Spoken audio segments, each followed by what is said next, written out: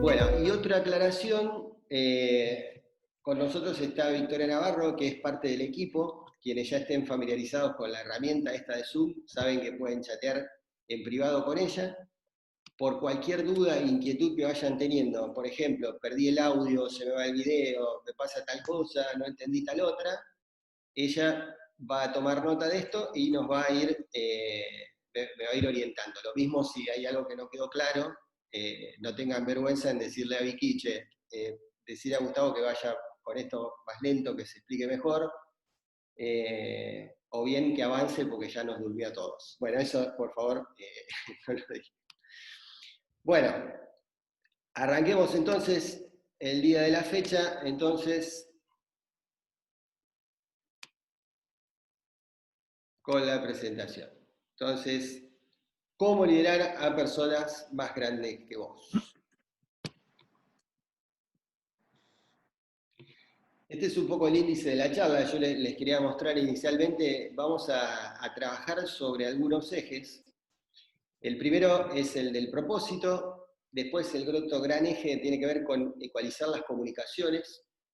El tercero, que le llamamos skills, también llamadas habilidades o competencias, si lo querés así.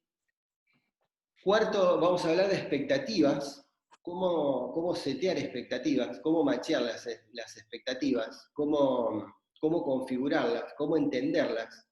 Y vas a ver en ese sentido un informe bastante piola, muy interesante, que por lo menos a mí me sirvió mucho para ubicar las diferencias de cómo se ven los líderes de la generación X versus las otras generaciones, o cómo se ven las generaciones millennials versus las otras generaciones en relación a este tema del liderazgo. Es un dato, la verdad que bien interesante. Por cierto, todos los informes que van a ver en la charla de hoy son de 2018, el más viejo, así que está muy fresco. Digo porque por ahí vas a charlas que te presentan información de la década del 40 y uno dice, che, qué bueno, ¿y cómo será ahora? Bueno, estos informes que vas a ver son bien actuales. Y vamos a cerrar con gestionar diversidad. ¿Qué es esto de la gestión de la diversidad y por qué está tan en boga? Y es un poco, yo creo, lo que va a distinguir a las empresas del futuro, las del presente, pero también las del futuro, esas que sepan hacer con lo diverso. Bueno, así que un poco la presentación para aquellos que no me conocen.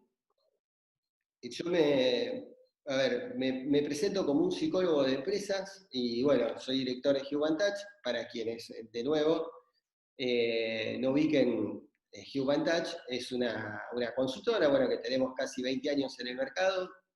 Nos dedicamos a desarrollo organizacional, búsquedas y selección de personas. Tenemos todo un desarrollo comercial también, acompañamiento de equipos y gestión de equipos de venta, y ahí hay un montón de cosas para ver. Que lo más lindo es verlo en la página, que la tenemos ahí de estreno en www.humantouch.com.ar.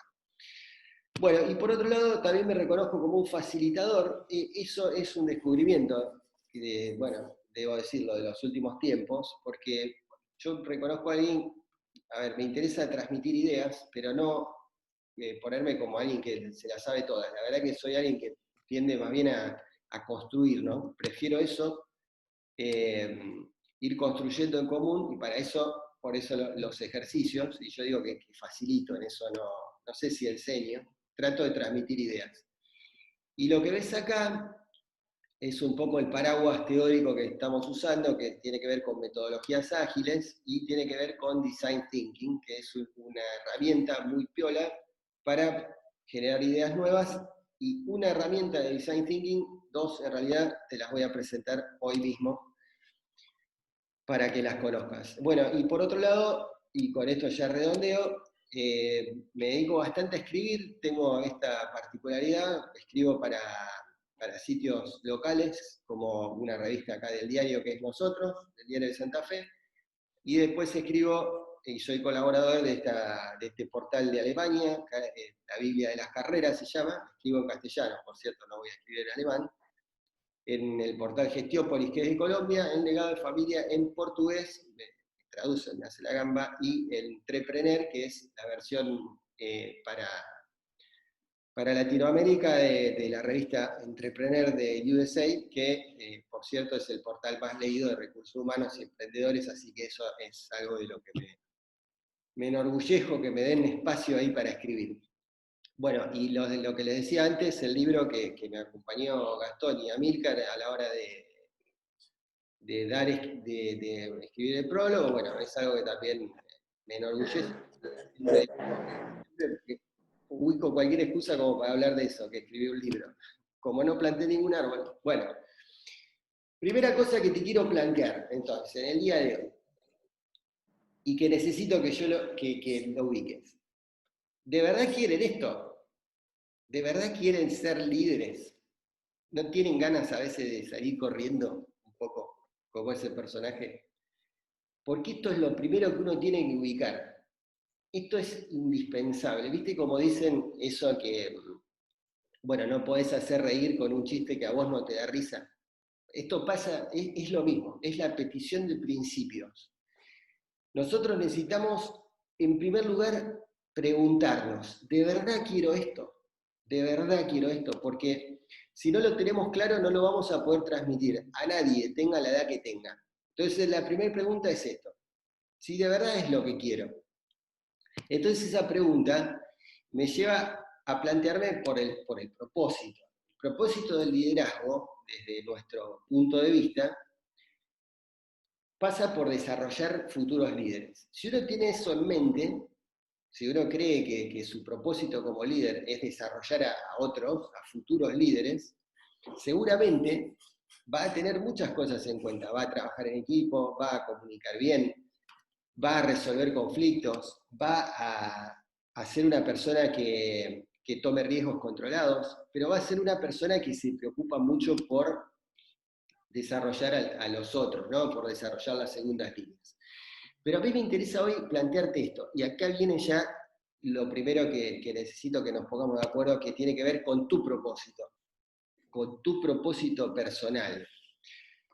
Y en esto hay muchos caminos como para abordarlo. A mí me gustó mucho un camino que conocí hace poco tiempo, es un libro que se llama precisamente así, Ikigai, y está escrito por dos españoles, un libro que, bueno, fue traducido a 38 idiomas, anda por los 250.000 ejemplares, o sea, nada que ver con el mío, que hemos vendido creo que 18, no, mentira. Bueno, pero es un libro que fue un boom, está escrito, como te decía, salió publicado en 2018, y bueno, el origen de esto es bien interesante, ¿no? Es un periodista catalán y un ingeniero español que vive en Japón hace alrededor de 20 años. Bueno, este ingeniero le comenta un día a su coautor, digamos, que había una aldea ahí en Japón llamada Okinawa, en donde la gente vivía más de 100 años. En promedio, tenían el promedio de edad, tenían uno de los más altos del mundo, ¿no? En donde, ya te digo, muchos superan los 100 años de edad. Entonces, a partir de eso, deciden encarar una investigación muy informal que después termina siendo este libro que te cuento. Pero a mí me parece útil como para trasladárselas en el día de la fecha, ¿no? Porque ellos cuentan que, entrevistadas las personas, los habitantes, que a qué atribuían que eran tan longevos, todos le decían esto, Ikigai, Ikigai, que significa literalmente el valor de la vida. Iki, valor, gai, vida. Entonces ellos explicaban y piensan esto de una manera muy simple, pero muy potente a la vez, ¿no? Ellos dicen, mira, la vida está dividida en 4 esferas. Vos tenés una esfera en que vamos a ubicar todo lo que vos amás hacer, eso que te apasiona, que hace que el tiempo se te pase volando, todas esas actividades que uno ama hacer. Después tenés otra esfera compuesta por lo que el mundo necesita. El mundo necesita cosas, necesita belleza, necesita amor, necesita talento, necesita muchas cosas. Hay una tercera esfera que es el conjunto de todas esas actividades por las que te pueden pagar. Y finalmente una cuarta que es la esfera de lo que uno hace bien, de todas esas cosas que uno hace bien. Y bueno, acá la lista cada uno la completa, ¿no? Pero es interesante porque fíjate en el gráfico, ellos dicen que el Ikigai expresa y manifiesta la combinación armónica y perfecta entre estas 4 esferas. Tiene un poco de las 4, un poco de lo que hago bien, un poco de lo que vamos a hacer, un poco de lo que el mundo necesita y un poco de eso por lo que te pueden pagar. Y es interesante la combinatoria, ¿no? Porque fíjate vos lo que te permite ver este grafiquito que parece muy simple, pero cuando vos lo empezás a analizar y a desgranar, bueno, da para pensar un montón de cosas. Fíjate, si vos combinás lo que haces bien por lo que te pueden pagar y encima te gusta, ¿no? Pero no es eso lo que el mundo necesita. Entonces tenés una cierta satisfacción narcisista, llamémosle así, pero una cierta sensación de inutilidad, porque uno siente que lo que hace no es exactamente lo que el mundo necesita. Lo haces bien y encima te pagan por eso, pero no es exactamente lo que el mundo necesita. Fíjate si no, muchos profesionales exitosos en lo suyo, que empiezan a dedicarse a otras tareas también, justamente para incorporar esta esfera de lo que el mundo necesita a su propósito de vida. Por otro lado, tenés otras combinatorias. Lo que amás hacer, lo haces bien y lo que el mundo necesita, pero no te pueden pagar por eso. Entonces, estás muy bien, pero ¿con qué vas a vivir? ¿Con qué le vas a dar de comer a tu familia? Está todo bien, pero no podés sobrevivir. Por otro lado, tenés lo que amás hacer, lo que el mundo necesita y por lo que te pueden pagar. Suponete que a vos te guste cantar, entonces te vas a una parada de colectivo, agarrás la guitarrita, pim, pim, pim, te gusta hacerlo, te pueden pagar, porque de hecho por ahí pasa gente y te tira un par de monedas, pero el mundo necesita música, convengamos, necesita gente que lo divierta, pero yo no sé si lo hago bien. Entonces, capaz que me da cierta incertidumbre, capaz que a mí me gusta hacerlo, pero lo hago más o menos.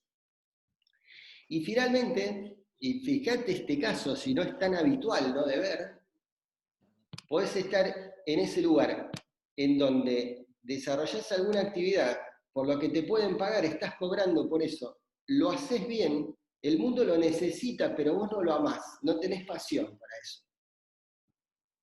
No tenés pasión para eso. ¿Y qué tema, no? Porque, claro, es difícil acá hablar de propósito del liderazgo, tu Ikigai como líder, si realmente no amás estar en esa posición.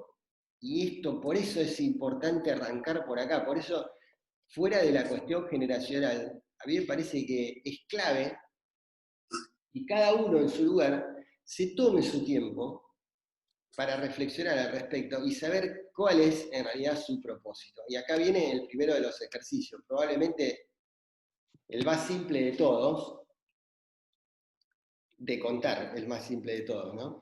Pero después para hacerlo no sé si es tan simple. Yo lo que les planteo es que escriban 2 cosas en cada esfera, que sean reales, ¿verdad? 2 cosas en algo que les guste, para lo que sean buenos, aquello que piensen que el mundo necesita y por aquello que puedan cobrar. Y bueno, ver después los enganches que pueda haber entre una y otra. Yo digo 2 cosas, pero bueno, pueden ser más. Pueden hacer una lista de cada uno, 3, 4, 5, grandes. Y buscar si hay alguna de esas actividades que sea capaz de ubicar las 4 esferas. Porque por ahí, por ese lado, con esa actividad, vamos a encontrar nuestro propósito. Y si liderar gente es algo que te gusta y considerás que sos bueno, el mundo necesita líderes en tantos facilitadores. Y si encima estás cobrando por eso, bueno, ese es el camino. Y si te das cuenta que hoy en día no tenés tan claro esto de cuál es tu propósito como líder, yo te voy a dar una especie de caminito que a mí me encanta, porque es un caminito en donde lo podés recorrer con felicidad, ¿no? Porque vos fíjate que no tiene nada de presión esto, es un caminito para encontrar nuestro propósito que va en 5 pasos, en 5 estaciones, 5 paradas. Mirá la primera, es comenzar pequeño. Tenés que setearte para comenzar pequeño.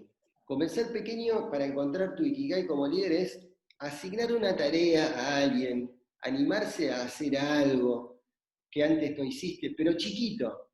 no el gran proyecto de, por ejemplo, la digitalización de toda la empresa, esos mega proyectos que son buenísimos, son desafiantes, pero en este sentido no va a sernos muy útiles. Acá lo útil va a ser que podamos pensar en algo chiquito, en algo pequeñito, en algo que podamos controlar. Por eso lo mejor acá es empezar pequeño.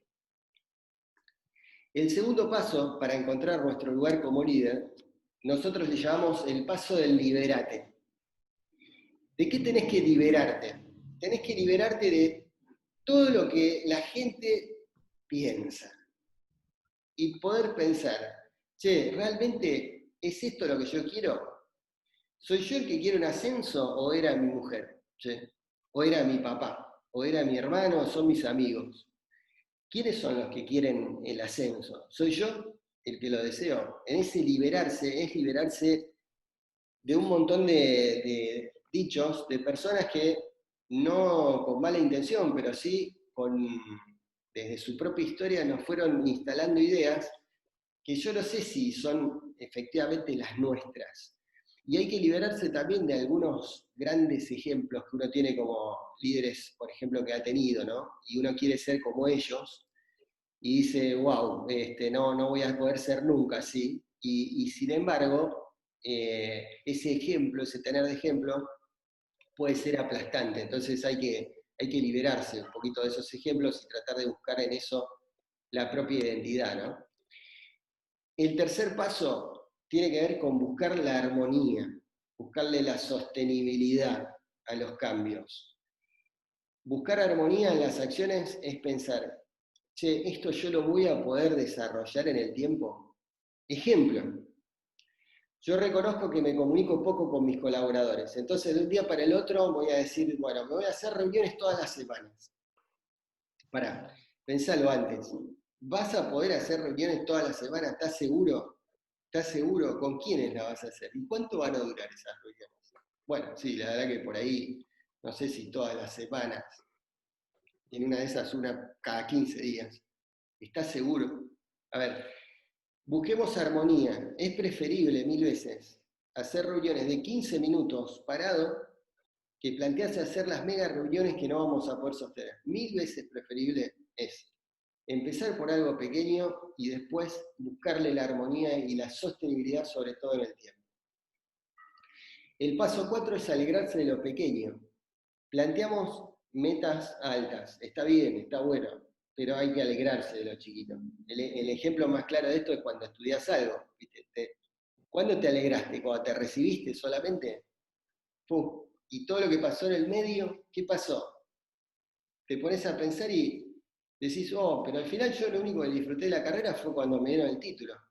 Te perdiste un montón de cosas. Entonces hay que alegrarse de lo pequeño, hay que celebrar. ¿Sabés que esta gente de Okinawa le decía a los investigadores, a Miralles y a García, que ellos celebraban mucho? Y está bueno eso. Está bueno darse un tiempo para celebrar esas pequeñas cuestiones cotidianas que nos ponen bien, que nos ponen contentos. No te soluciona la vida, está bien, pero son esas cosas que te hacen bien y te ponen bien. Bueno, y finalmente, el último paso, probablemente el más difícil de todos, digo yo, es focalizarse en el aquí y ahora. Decía Freud, para nosotros, Freud, bueno, para mí en lo personal es un ídolo, ¿no? Pero bueno, independientemente de lo que cada uno crea y tenga por referente, él decía que el neurótico, así como nosotros, los normales, normal y neurótico en términos freudianos es lo mismo, los neuróticos estamos enfermos de pasado por la nostalgia, por lo que extrañamos, porque lo idealizamos, parece que el pasado siempre fue mejor, o enfermos de futuro. Nos preocupamos por lo que va a llegar, estamos ansiosos por lo que va a llegar, y en eso nos olvidamos que mientras tanto están pasando cosas, mientras tanto están pasando cosas. A tu equipo de trabajo le pasan cosas hoy. Yo entiendo que vos te preocupes porque más adelante posiblemente alguien se vaya, está bien fidelizarlo, o entiendo que extrañes al que se te fue y que tanto te entendías, pero en el mientras tanto a tu equipo le están pasando cosas y por eso es importantísimo para encontrar nuestro propósito que nos podamos focalizar en el aquí y ahora. Poner la cabeza en el presente. Entonces, una vez que nosotros tenemos esto en claro, nuestro propósito en claro, y vamos encontrando paso a paso nuestro Ikigai como líder, ahora sí vamos a avanzar un poquito. Yo pensaba, ¿no? Si vos tuvieses que hacer un mapa del liderazgo, ¿no? ¿Cómo te gustaría que fuera? Y bueno, más o menos así, ¿viste? Todo cuadradito, estable, predecible, que sea simple, que la gente no te la complique, y que encima que sea lineal. Pasa esto, pasa aquello. Si es A, es B. Si es blanco, no es negro. Y resulta ser que no es así. La verdad es que no es así. Es más bien así. El mapa del liderazgo es más bien así.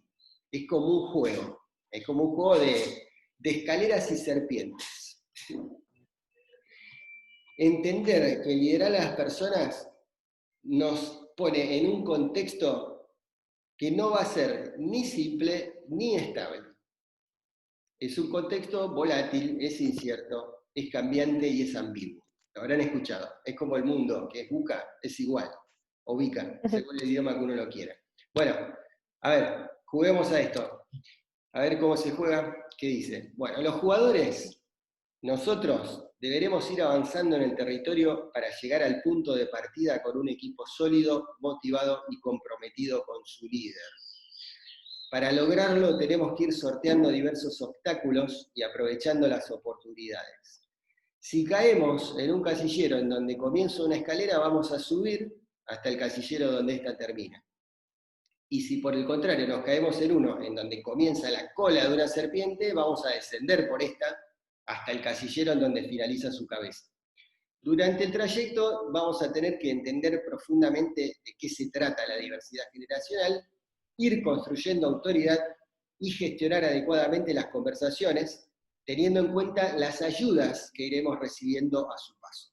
Suerte en el viaje, nos dice acá, así que bueno, vamos a arrancar. Lo primero que vamos a leer es un manifiesto, ¿viste? Yo creo que hay realidades que uno tiene que asumir. Dimos el primer paso, ya sabemos que esto es lo que queremos tener un equipo a cargo, queremos desarrollarlo, queremos lo mejor para nuestra empresa, pero hay realidades que tengo que asumir como para no bajonear. La primera realidad, yo creo que esto es una especie de baño, ¿no? Baño de realidad, como se dice, porque lo primero que uno tiene que asumir es que es una parte vital en los resultados, pero no la única. Siempre vamos a tener que pensar que nuestra eficacia como líderes no depende solamente de nosotros, depende de los colaboradores y depende del contexto. Hay un trío acá, el trío más mentado, de líder, colaboradores y contexto, que hace que cuando los resultados se alcancen, sea mérito también de las tres variables, líder, colaboradores y contexto. Y cuando los resultados no se dan, también es por la combinatoria de las tres. Es importante tenerlo en cuenta porque como líder a veces uno, en este caso, ¿no?, se echa todas las culpas cuando las cosas no se dan porque piensa que uno es el que está mal, el que está errado, por ahí son los colaboradores o por ahí es el contexto el que no ayuda. Y por el contrario, cuando esas épocas en donde te salen todas y todos los goles, capaz que en una de esas es un poco parte tuya, pero también hace a los colaboradores y al contexto. Segundo, nunca te vas a sentir suficientemente reconocido. Aquel que quiera que los colaboradores todo el tiempo aplaudan, está listo.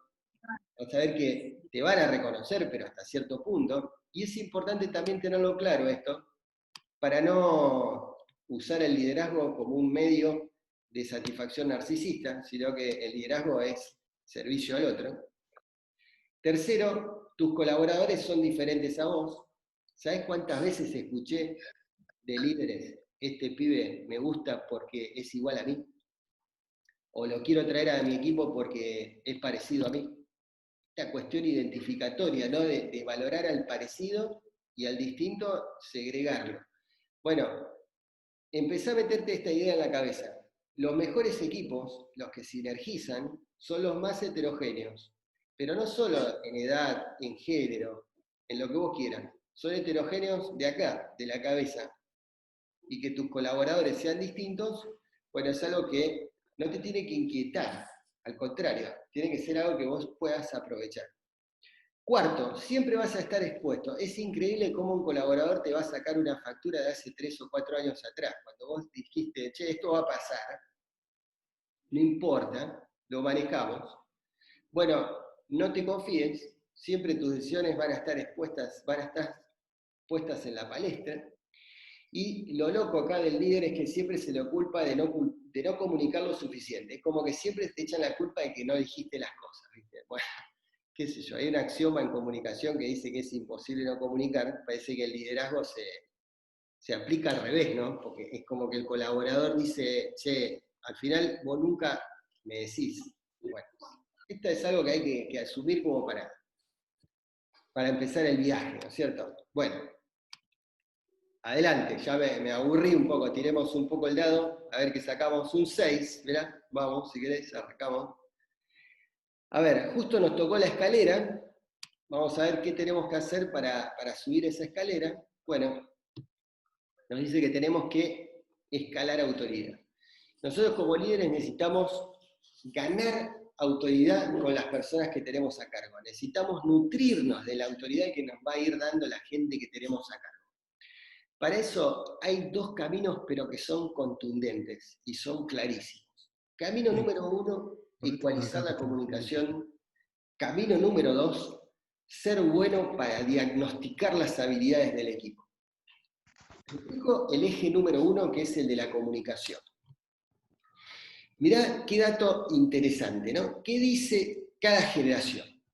Por ejemplo, vos tenés los treintones, como te decía al principio, ¿qué dicen? Quiero trabajar en un lugar coherente, quiero decir lo que pienso, me encantan los equipos, no puedo hacer una cosa a la vez, me aburro. Bueno, son todos dichos, manifestaciones de alguien de una generación que ronda hoy los 30 años. ¿Qué dice el X? Bueno, no vengas a hacerte el jefe conmigo, yo te aviso que a las 5 apago el celu y bueno, chao. Decime qué hago, no cómo hacerlo, por las buenas no vamos a entender. Y después tenemos un paquete de dichos de los boomers, los que hoy rondan los 50 años.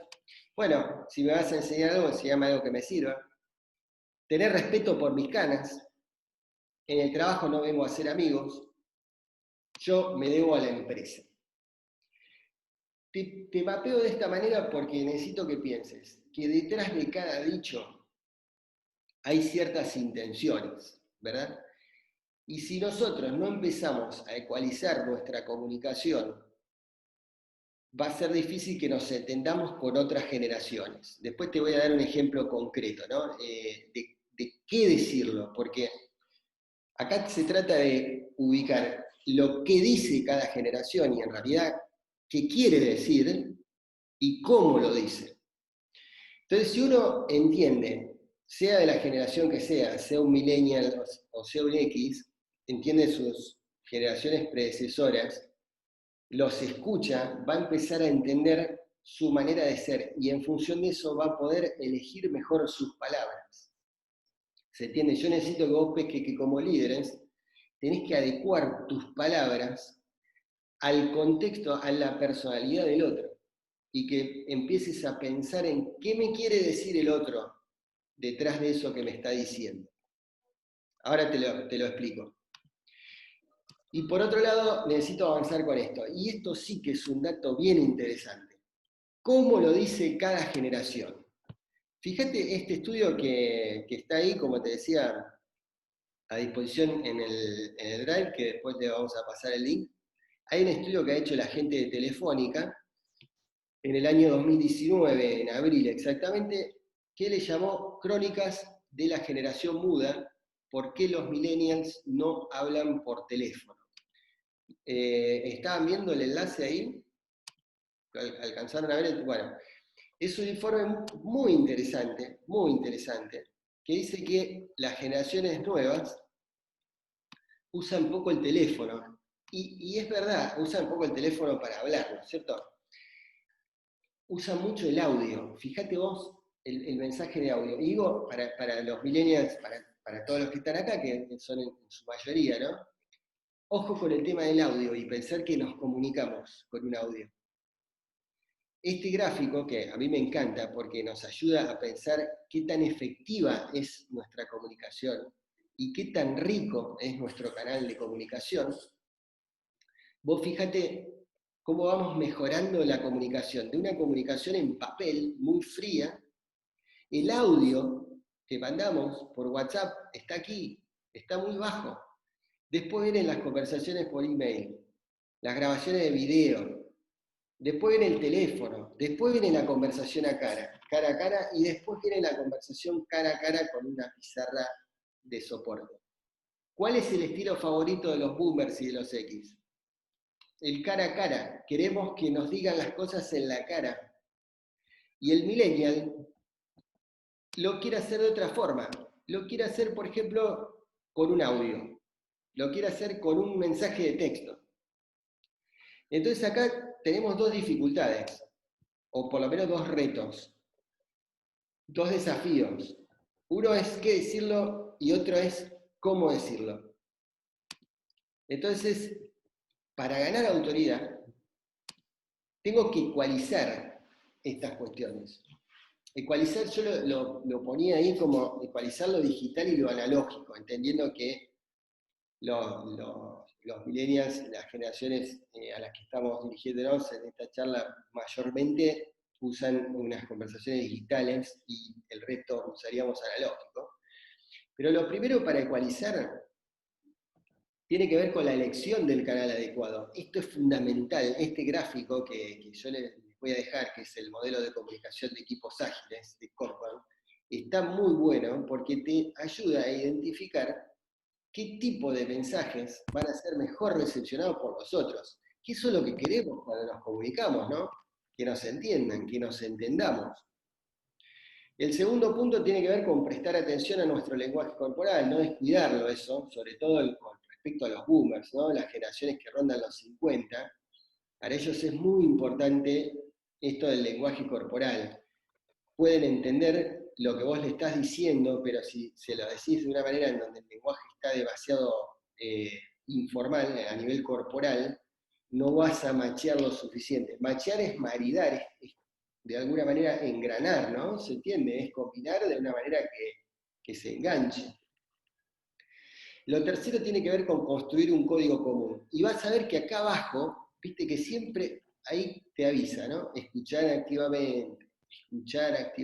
No hay manera de ecualizar ninguna comunicación si uno no es activo en la escucha. Elegí el canal adecuado, prestale atención al lenguaje corporal, pero lo de abajo que percute y palpita es algo fundamental. Es fundamental que escuches activamente siempre. Y lo de construir un código común, esto a mí me parece interesante que lo pienses, porque es todo un ejercicio, ¿no? ¿Te acordás que veíamos hace un par de placas esto de qué dice cada generación? ¿Por qué yo te cuento qué dice cada generación? Porque atrás de lo que dice pretende algo, ¿verdad?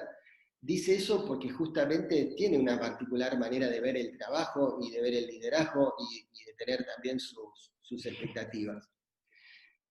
Fíjate, si no tenemos en cuenta estas cuestiones, vamos a errar en nuestra comunicación y vamos a perder autoridad. Nosotros como millennials, suponete que yo que fuese un millennial y dice, bueno, a mí me encantan los equipos, que yo, y el X me dice, bueno, acá no vengas a hacerte el jefe, ¿viste? Si yo me quedo empantanado en eso, con que no vengas a hacerte el jefe, yo pienso que el tipo por ahí las tiene conmigo, y no le encuentro la vuelta, estoy pensando cómo posicionarme mejor. ¿Qué tal si le planteo, che, ¿por qué no hacemos un equipo juntos? ¿Por qué no construimos un equipo juntos? Entonces, de alguna forma, puedo combinar mis habilidades, mis maneras de pensar, con sus dichos. No me quedo en el dicho, che, no vengas a hacerte jefe como algo puesto a la defensiva, puesto a algo que va a ser un obstáculo. Lo tomo como algo que me puede permitir ir a un paso más y encontrar un punto de unión. Eso es encontrar un código común. Es encontrar el punto de unión que nos puede comunicar precisamente, que nos puede comulgar y hacer conversar de una manera efectiva entre uno y el otro. Lo mismo pasa por los boomers.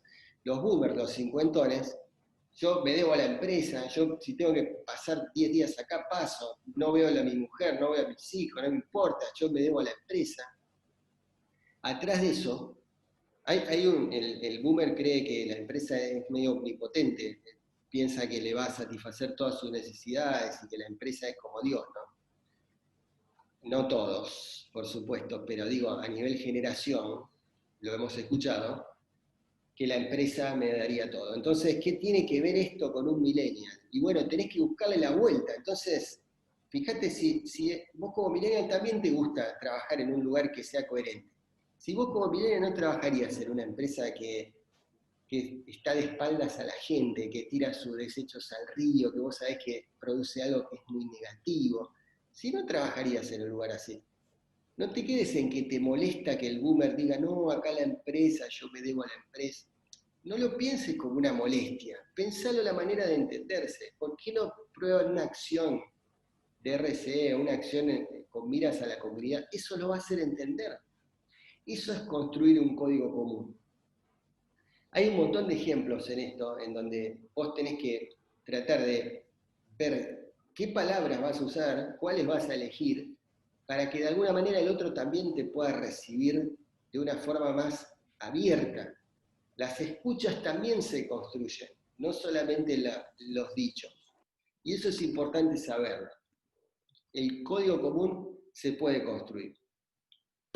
Y por el otro lado, esto de diagnosticar las competencias fundamentales de cada generación, a mí me parece que nos puede dar también el panorama necesario como para saber qué pedir.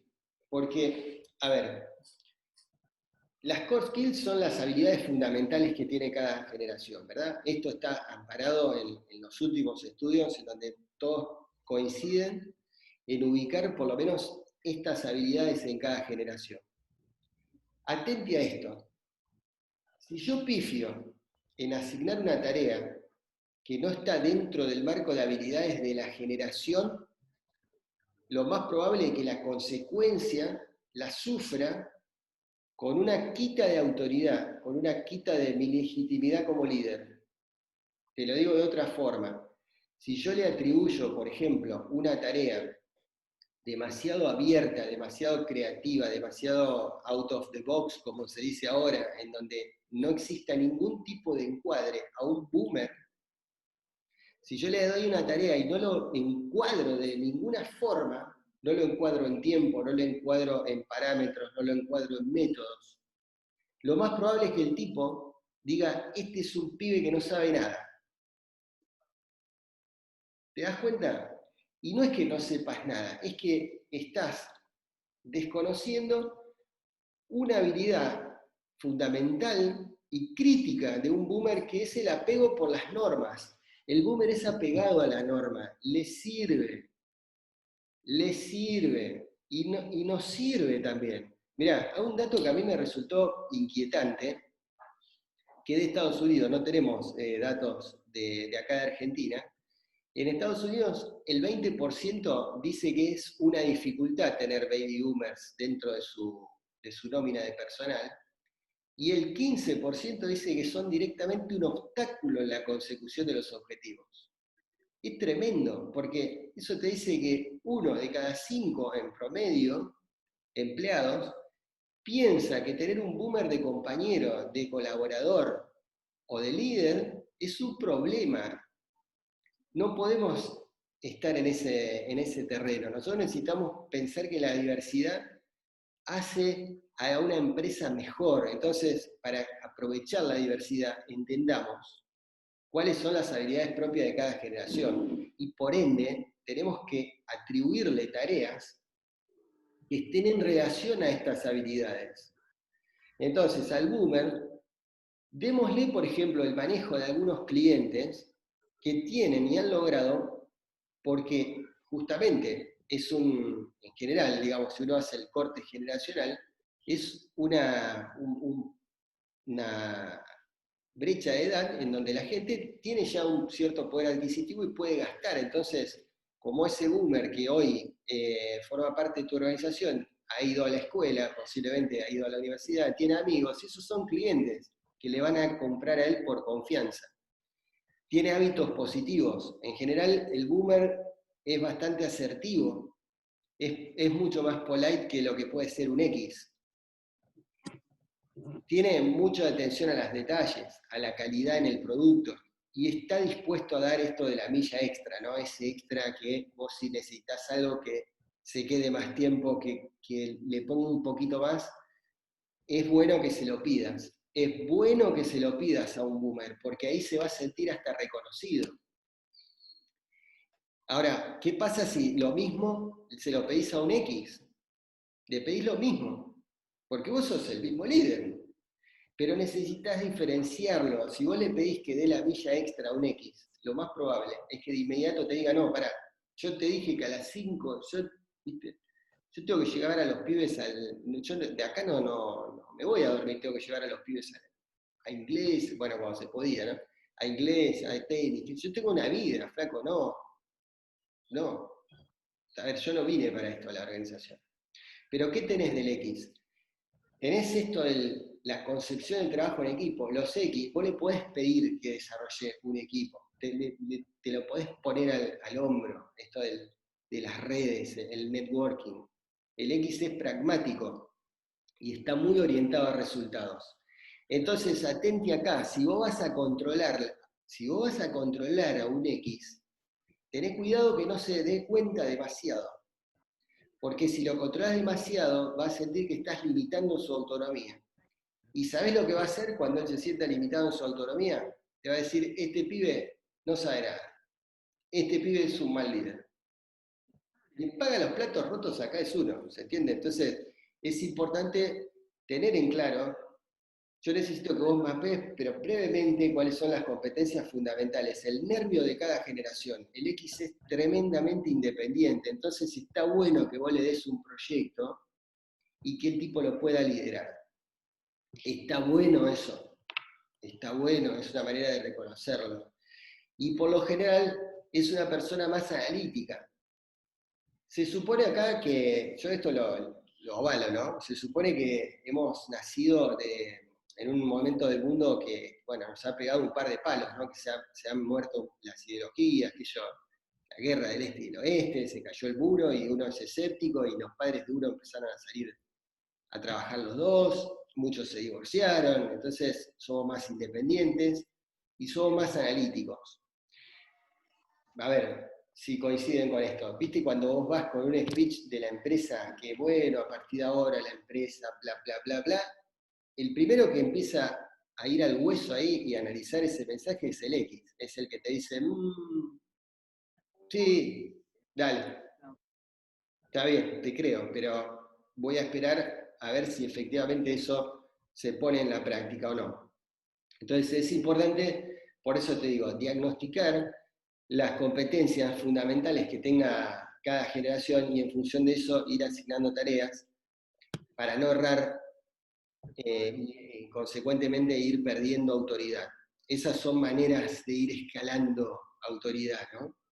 Esto que el juego nos permitía y que nos ilustraba con una escalera. A ver ahora, bueno, subimos la escalera, a ver qué nos toca. Siga el casillero 30, bien. Ah, nos tocó una serpiente. Nos caemos. Bueno, no todo puede ser, ¿viste? No todo es color de rosa en la vida. A ver, ¿qué dice? ¿Cómo detectar si el equipo no te quiere en 8 pasos?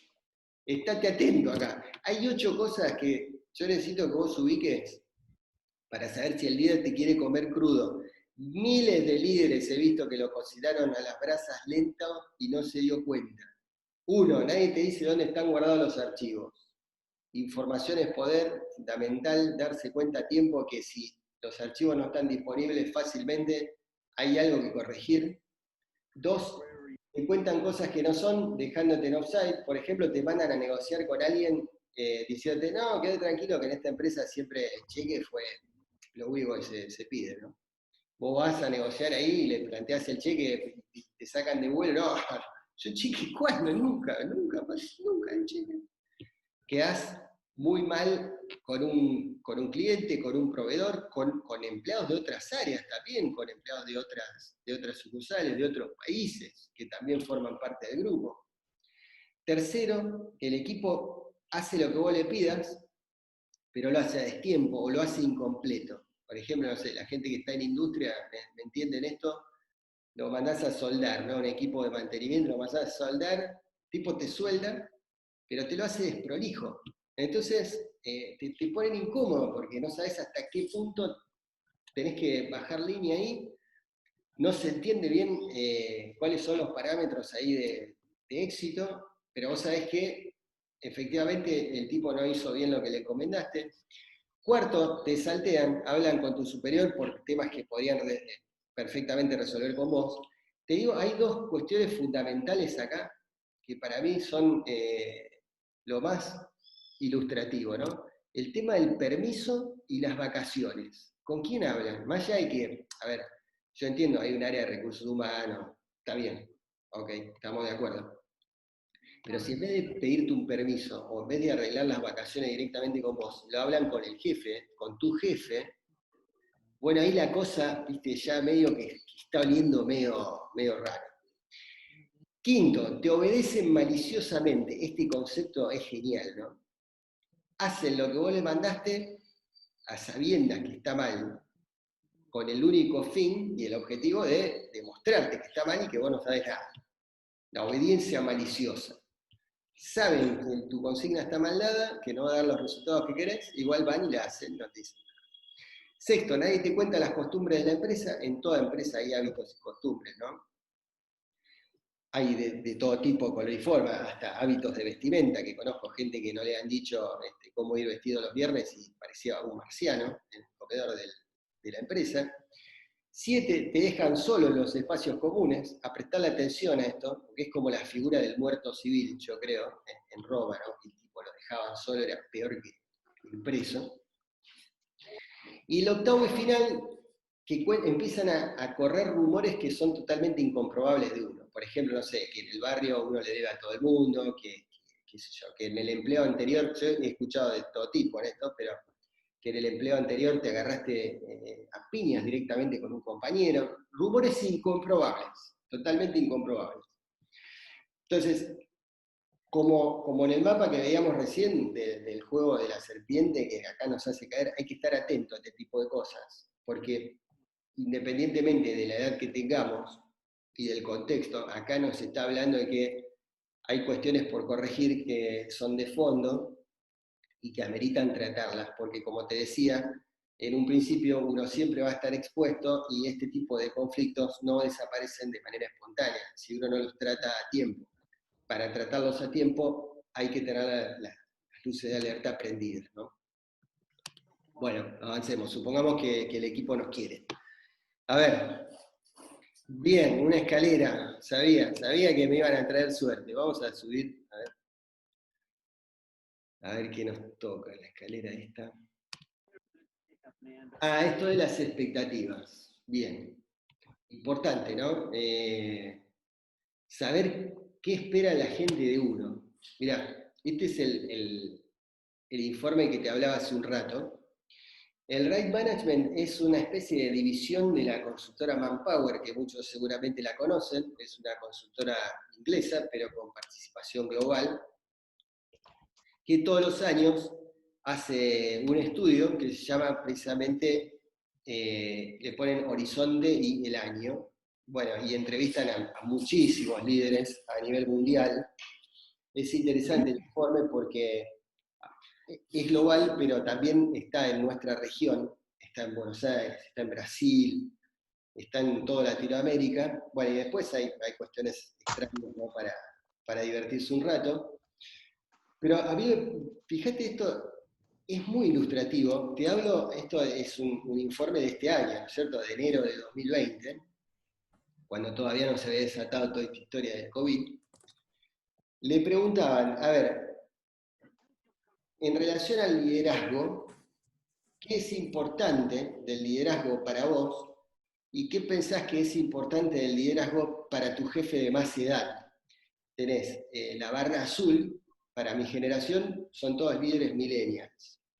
Entonces los líderes millennials decían en un 87% que motivar era importante para ser líder. Un 84% decía que inspirar es importante para ser líder. Un 76% construir un equipo, 79% impulsar el cambio, y así por mencionarte el top 5.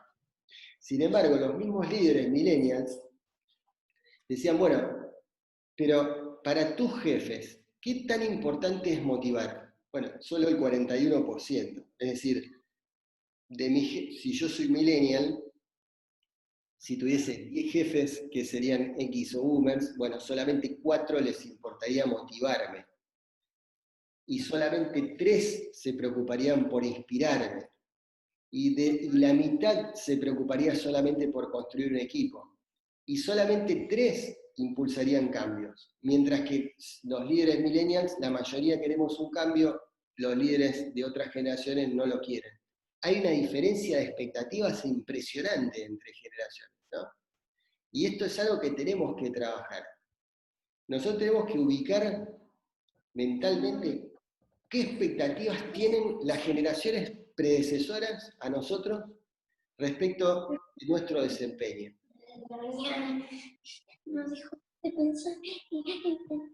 Sí. ¿Alguna pregunta? ¿Estoy escuchando ahí o no? ¿O avanzo? Bueno, te decía, respecto a esto de las expectativas, es importante tener en claro 3 grandes expectativas que tienen otras generaciones respecto de nosotros como líderes. Expectativa número 1, que nosotros tenemos que hacer todo para cubrirlas, ¿verdad? Tiene que ver con la expectativa de estabilidad. Nuestros colaboradores quieren que nosotros tengamos un carácter medianamente estable. En este contexto que es tan variable e incierto, nuestro carácter estable va a ser un valor. No sabes cuánta incertidumbre genera en los colaboradores tener un líder que sea inestable, que venga un día de un humor, un día del otro. Es muy complicado, tal como se puede pensar, ¿no? Transmitir una visión a mediano y largo plazo si uno es inestable, porque claro, ¿cómo vas a sostener una visión si tenés días que estás intratable, porque sos pesimista, porque pensás que el mundo se va al tacho, y tenés otro día que decís, no, esta compañía se va a las nubes, esto va para largo, tenemos trabajo para toda la vida? Un día una cosa, un día la otra. La primera expectativa a cubrir del otro, de mi colaborador, tiene que ver con eso. El colaborador necesita que nosotros tengamos un carácter estable. Y la segunda gran expectativa tiene que ver con esto de las soluciones. Fíjate que hay un nuevo paradigma en esto del liderazgo, que tiene que ver con el liderazgo como facilitador. Hace unos años, hace, qué sé yo, 15, 20 años, el líder parecía que era una especie de superhombre, un héroe que pasaba, no sé, ahí por los pasillos y la gente, no sé, como que decía, wow, qué bárbaro, pasó, no sé, San Martín y Belgrano. Hoy en día, el concepto del líder y lo que la gente pretende del líder, esto es importante de tenerlo en cuenta. Lo que la gente quiere del líder son soluciones, son facilitadores. Los líderes tienen que ser facilitadores. El líder tiene que estar al servicio del equipo, no es al revés. El líder tiene que estar al servicio del equipo dándole soluciones. Y esto te abre un gran panorama de cosas, porque pensalo, a ver, ¿cuántas veces te cuestionaste, che, yo por ahí no sé si estaré a la altura de la situación porque no sé tanto como saben estas personas? A ver, darle soluciones al otro no pasa por saber de la problemática específica, pasa por eliminarle los obstáculos al tipo en la cotidianeidad. ¿Se entiende? No es lo mismo, ¿eh? Vos podés no saber de un montón de cosas. Sin embargo, vos sí tenés responsabilidad directa sobre los obstáculos o no que pueda tener en el camino. Ejemplo. Llegó la dietética. Ejemplo.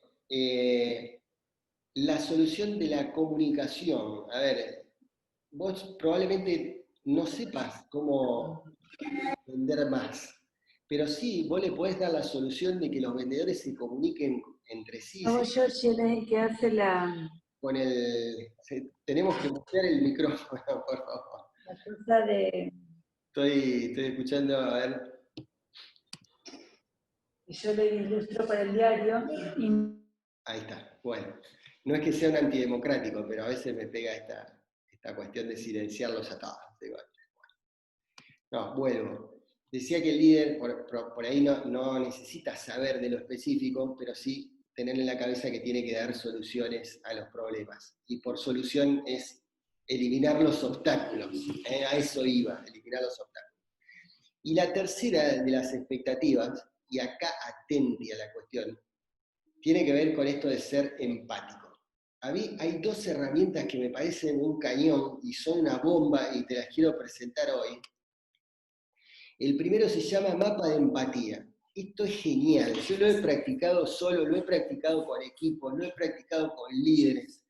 Y te aseguro que es un cañón para entender a la gente. Es un cañón. Te explico cómo funciona. Porque hay distintas maneras de aplicarlo, ¿no? Pero suponete que vos tenés un equipo de trabajo en donde, supongo, a ver, tenés distintos dilemas, distintas dificultades con personas. Entonces, atento a la materia de esta charla, podemos dividirlos, ¿no? En colaboradores cuarentones, colaboradores cincuentones y colaboradores treintones, si querés. Entonces vos ahí podés, a la hora de hacer este ejercicio, podés ubicar mentalmente, construir un trabajador promedio de cada generación o construir un trabajador ideal o construir un trabajador específico de tu organización que no es tal o cual, sino que es un trabajador común o también promedio de tu empresa. Vos no sabés cómo te ilustra el camino a la hora de tomar decisiones con esto. Avanzo en el ejercicio y te cuento cómo funciona. Entonces, el primer paso, ¿se ve bien el canvas este de modelo dice lienzo de mapa de empatía? ¿Sí? ¿Lo ves bien? Bien. Lo primero que vos tenés que ubicar entonces es con quién vamos a empatizar, ¿no? ¿Quién es la persona que queremos comprender? ¿Cuál es la situación en la que está hoy? ¿Y cuál es su papel o función en esta situación? Te cuento ejemplos de aplicación para que se entienda, ¿no? Con esto de la pandemia, el retorno a los lugares de trabajo fue una dificultad. ¿Qué tiene la gente en la cabeza? ¿Cómo abordarlo? ¿Qué tanta atención va a tener respecto del protocolo?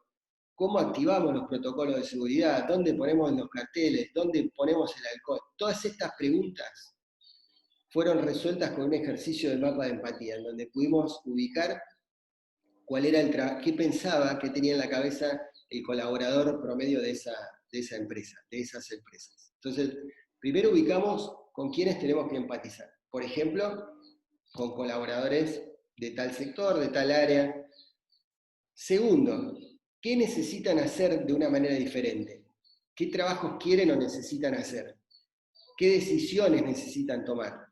¿Y cómo sabremos que tuvieron éxito? A ver, necesito tener un panorama para decir, che, si toman estas decisiones, entonces van a estar bien. Si toman estas decisiones y no pasa esto, bueno, no estaría mal.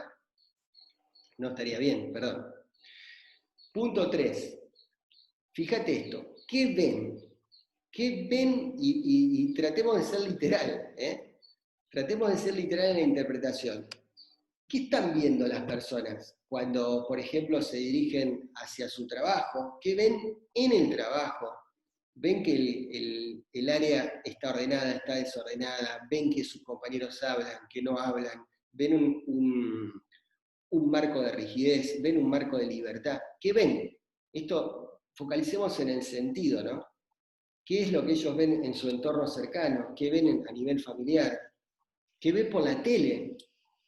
¿Qué ve que los otros dicen? ¿Qué miran? ¿Qué leen? El punto número 4 es qué dicen. ¿Qué les escuchamos decir? ¿Qué podemos imaginar que dicen? Es un trabajador que dice de la empresa, que está bien con la empresa, es un trabajador que dice que se aburre en la empresa, que no hay posibilidad de crecer, que sí hay posibilidad de crecer, que la pasa bien, que tiene...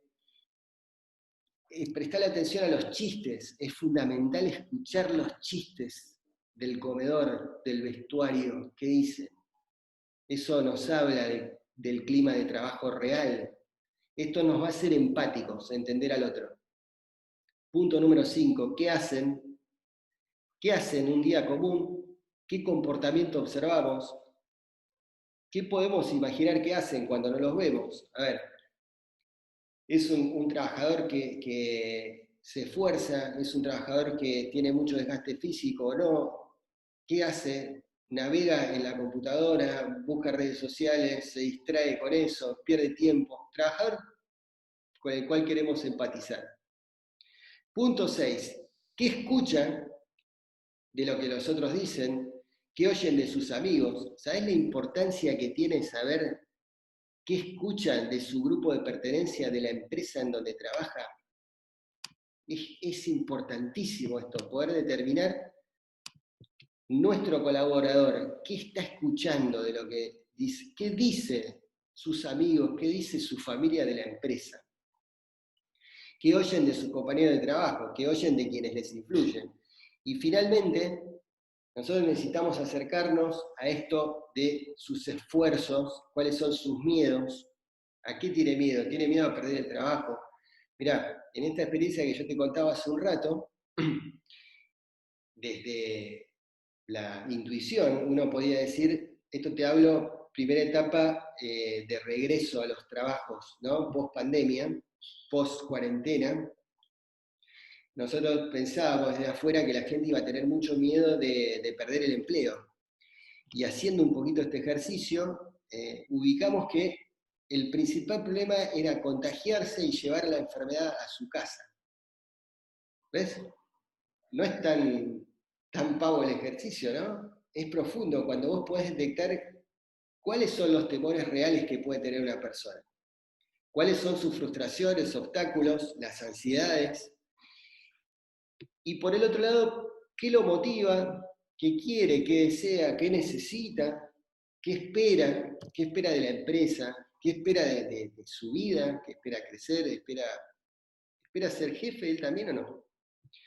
Y bueno, ¿qué otros pensamientos pueden estar motivando o influyendo en su comportamiento? Esto que yo te planteo, el ejercicio concretamente, que yo te invito a hacerlo, lo podés hacer en grupo, incluso está bueno, con otros pares, es ir cargando, haciendo por cada uno de estos ítems, poder ir escribiendo todo lo que a vos se te ocurra de este colaborador promedio que vos hayas ubicado. Vas a ver que es iluminador cuando uno empieza a entender no solamente el punto de vista del otro desde un punto de vista racional, sino que además se puede poner efectivamente en los zapatos del otro. ¿Por qué? Porque está viendo con el otro, porque está escuchando con el otro, porque está diciendo con el otro de alguna manera. Si nosotros podemos generar ese nivel de empatía, de conexión con el otro, vamos a poder estar a la altura de la expectativa del otro. El otro nos pide ser empáticos y para eso hace falta que lo entendamos. Esta es una herramienta, la herramienta del mapa de empatía. Y otra herramienta bastante similar, digamos, es lo que se llama persona, la construcción de esta herramienta de persona. Esto y lo anterior que vimos son herramientas de design thinking que bueno, yo te comentaba al principio. Hay muchas de estas herramientas a disposición. La verdad que lo piola que tiene esta metodología es que es de código abierto, como decimos nosotros, bueno, y es muy colaborativa.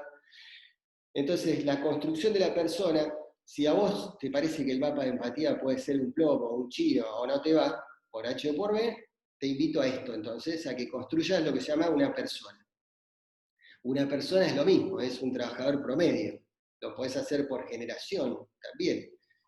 Tenés que ubicar qué cosas negativas tienen, qué cosas positivas tienen, qué le preocupa, cuáles son sus oportunidades, cuáles son sus miedos, cuáles son sus esperanzas y finalmente cuáles son sus necesidades. Lo mismo que el anterior, ¿no? Partís de ese esquema y vas escribiendo todo lo que se te vaya ocurriendo en función de este mapeo, este corte generacional, esta banda generacional, en donde vos puedas ubicar todas estas variables. Bueno, vamos hasta ahí. ¿Se entiende? ¿Alguien quiere hacer alguna pregunta hasta acá? Que hasta ahora le di de corrido. Me dicen si voy bien, si quieren que floje, que... A ver, escucho. Si no, yo le meto, ¿no? Si no hay preguntas, bueno, entiendo que no debe haber. Si alguien quiere hacer una pregunta por chat, la puede hacer, ¿eh? Siéntase libre también por ahí si no les da para hablar así. Bien.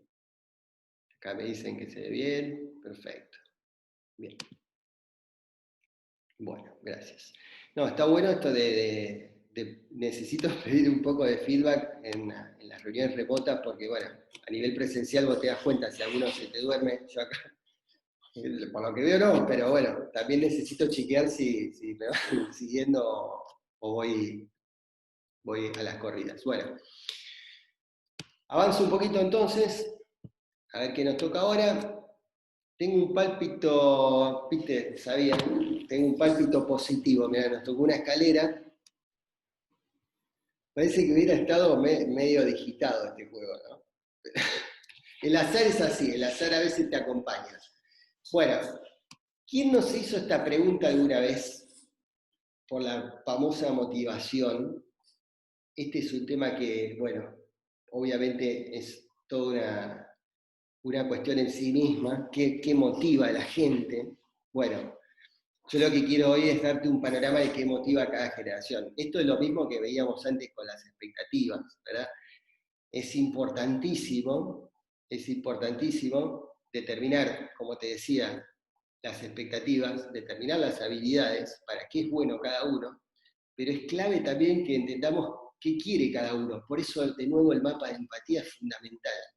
Cuando vos le das algo a alguien que no quiere, que no desea, que no está dentro de lo que valora, no solamente no lo vas a motivar, sino que además lo vas a desmotivar y vas a pensar que vos no lo estás reconociendo, que vos no lo estás escuchando, que vos no lo valorás como colaborador. Y ahí tenés un problema doble, porque ni lo pudiste motivar y encima te lo pusiste en contra, ¿no?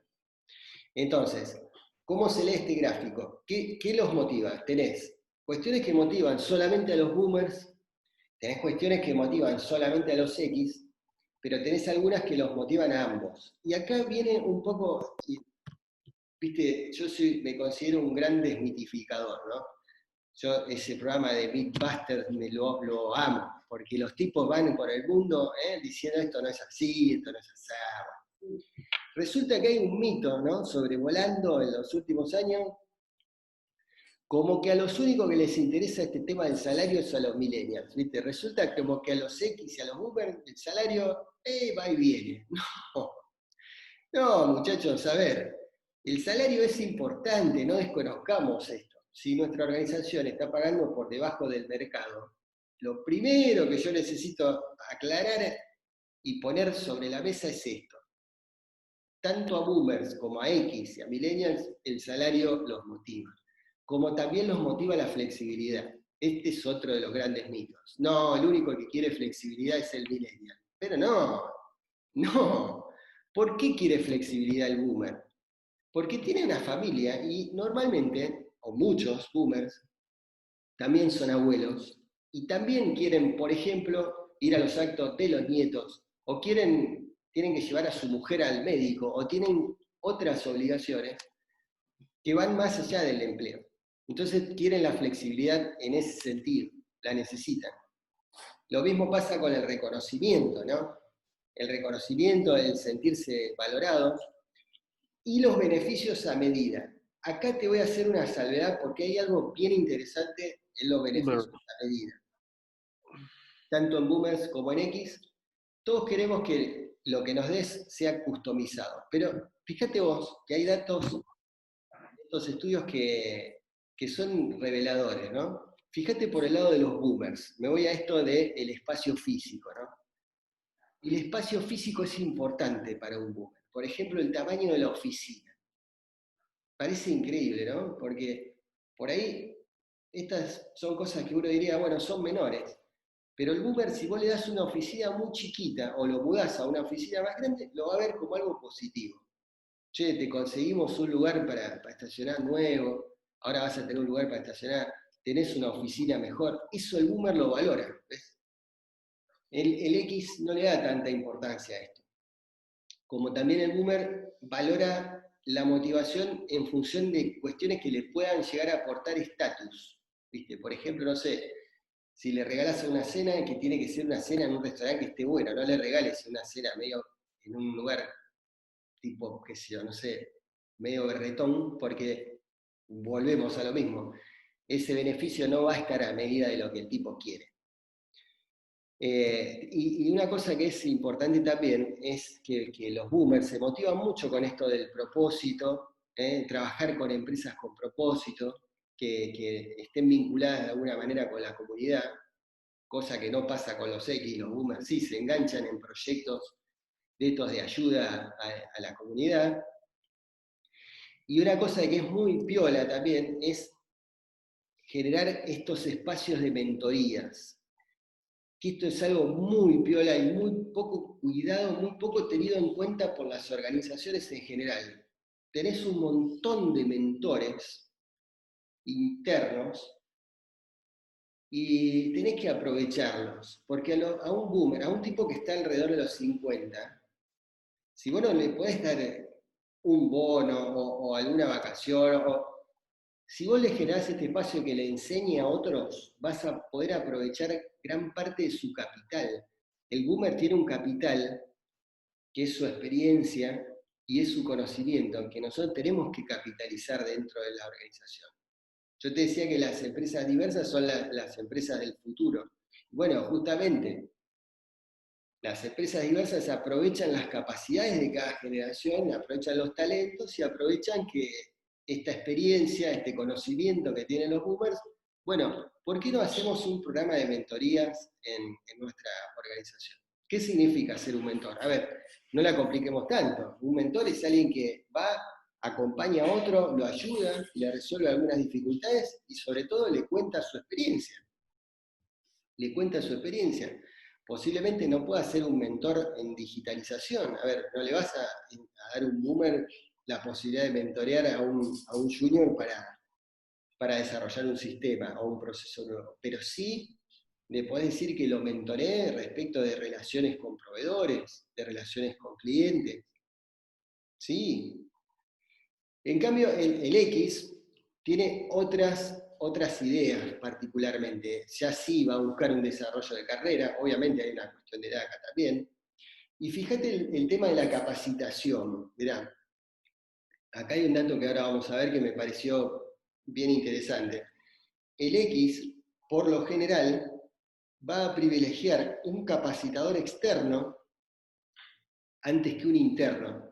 Y le gusta tener relaciones con otras entidades, ¿no? Con otras instituciones. Pero es como que siempre, si vos vas a buscar una capacitación para tu empresa y el X sería el destinatario, bueno, búscalo por el lado de un capacitador externo que va a ser más valorado por el X, ¿no? Lo mismo pasa con los proyectos, que te decía al principio. Si vos asignás un proyecto, como le llamamos nosotros, de punta a punta, en donde el X tenga responsabilidad por los resultados, pero que participe desde el primer momento de la generación de la idea, ese proyecto de punta a punta puede ser algo súper interesante para el X, para motivarlo. Lo de reunirse poco, supuestamente es una costumbre millennial esta de reunirse poco. Bueno, los X ahora sabemos que tampoco queremos reunirnos si no hay mucho para hablar. Y bueno, darle actividades que sean autónomas también es algo que motiva al X. Vamos al info, esto es lo que te decía. Acá hay dos informes. Me interesaba más que nada apoyarme en el informe este que yo lo tengo a la izquierda, y ustedes entiendo que también, no sé, pero es un informe del 2018 que lo hace esta gente de Ernst Young con otras consultoras, pero fíjate lo que dice, mirá, este dato es revelador, el 54% de los Gen X se considera digitalmente conocedor, casi tanto como el 56% de los millennials. ¿Y sabés otro dato importante e interesante? Según este estudio, los X estamos conectados 40 minutos más en promedio a redes sociales por semana que hasta los mismos millennials. Estamos más conectados en redes sociales que incluso que los millennials. Esto te tiene que ser útil, ¿no? Para pensar que cuando hay un proyecto de digitalización podés contar con un X. Y por otro lado, esto que te decía antes, ¿ves? Quieren más coaching o capacitación externa, más que de su propio jefe, el Gen X en un 20%, el 14% el Boomer y el Millennial el 11%. El Millennial está más propenso a tener capacitación interna. Fíjate cómo lo podés machear con el Boomer, que lo podés ubicar como mentor. Tenés un Millennial que estaría gustoso de asumirlo. Bueno, y después hay un par de datos interesantes de ese informe que se los dejo, y el otro informe que tiene a la derecha, que es de LinkedIn, está ahí medio fuera de foco, pero te lo cuento un poco, dice, ¿por qué los empleados dejan sus trabajos? Y te hace una comparativa entre los millennials, los X y los baby boomers.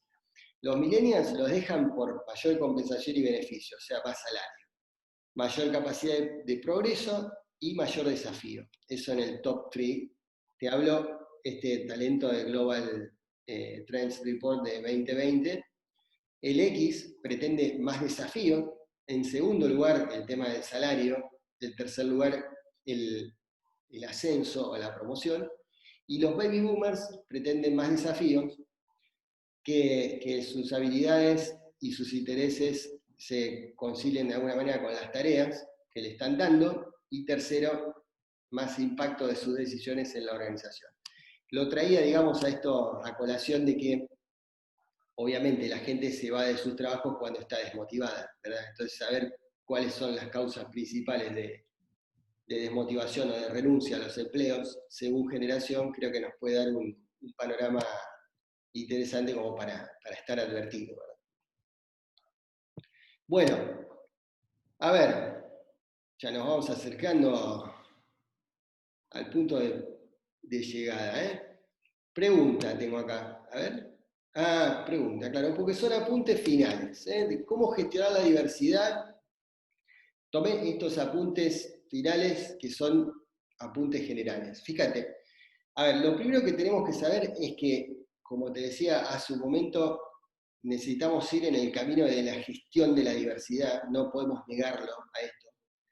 Como tampoco podemos negarlo que hoy en día es indispensable que tengamos enfoque no solamente en el bienestar físico de los trabajadores, sino en el bienestar mental.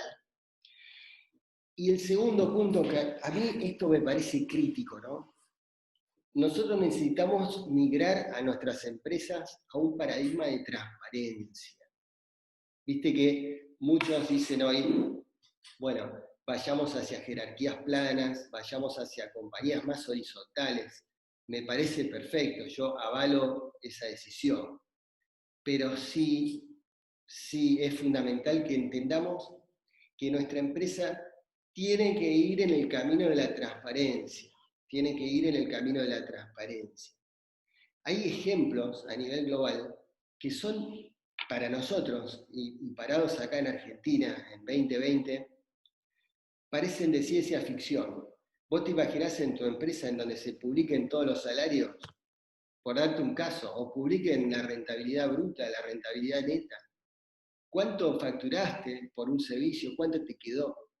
Bueno, ir en el camino de la transparencia significa ir en el camino hacia donde uno pueda confiar en las personas, y a donde uno pueda decir, che, las personas son valiosas, son maduras y pueden tomar sus propias decisiones. Eso es asumir el paradigma de la diversidad, es darle poder a los trabajadores, fuera de que esto esté de moda, pero es importantísimo. Vos no sabés que la diferencia cualitativa que hay entre equipos autogestionados que tomen sus propias decisiones y equipos que estén liderados por un líder que todo el tiempo le diga lo que tienen que hacer y hasta dónde y por qué sí, por qué no. Darle la capacidad a los trabajadores de eso.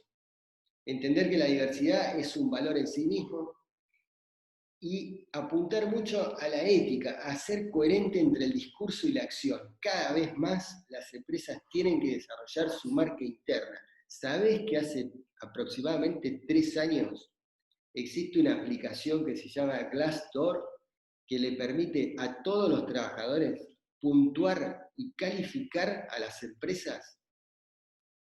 ¿Viste cuando vos querés comprar algo por internet y decís, che, pará, yo me voy a fijar en los comentarios a ver si es bueno, es malo? Esperá, ¿a quién le crees más?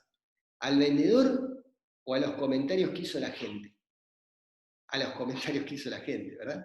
Bueno, este es el futuro de las empresas. Las empresas que estén peor puntuadas van a tener grandes dificultades para incorporar talentos y van a estar obligadas cada vez más a pagar salarios estratosféricos, porque no van a saber de dónde tomarlas. Las personas valiosas eligen dónde quieren trabajar, y todas, guarda, no es solamente esto de los millennials. Hoy las personas valiosas eligen dónde quieren trabajar. Bueno,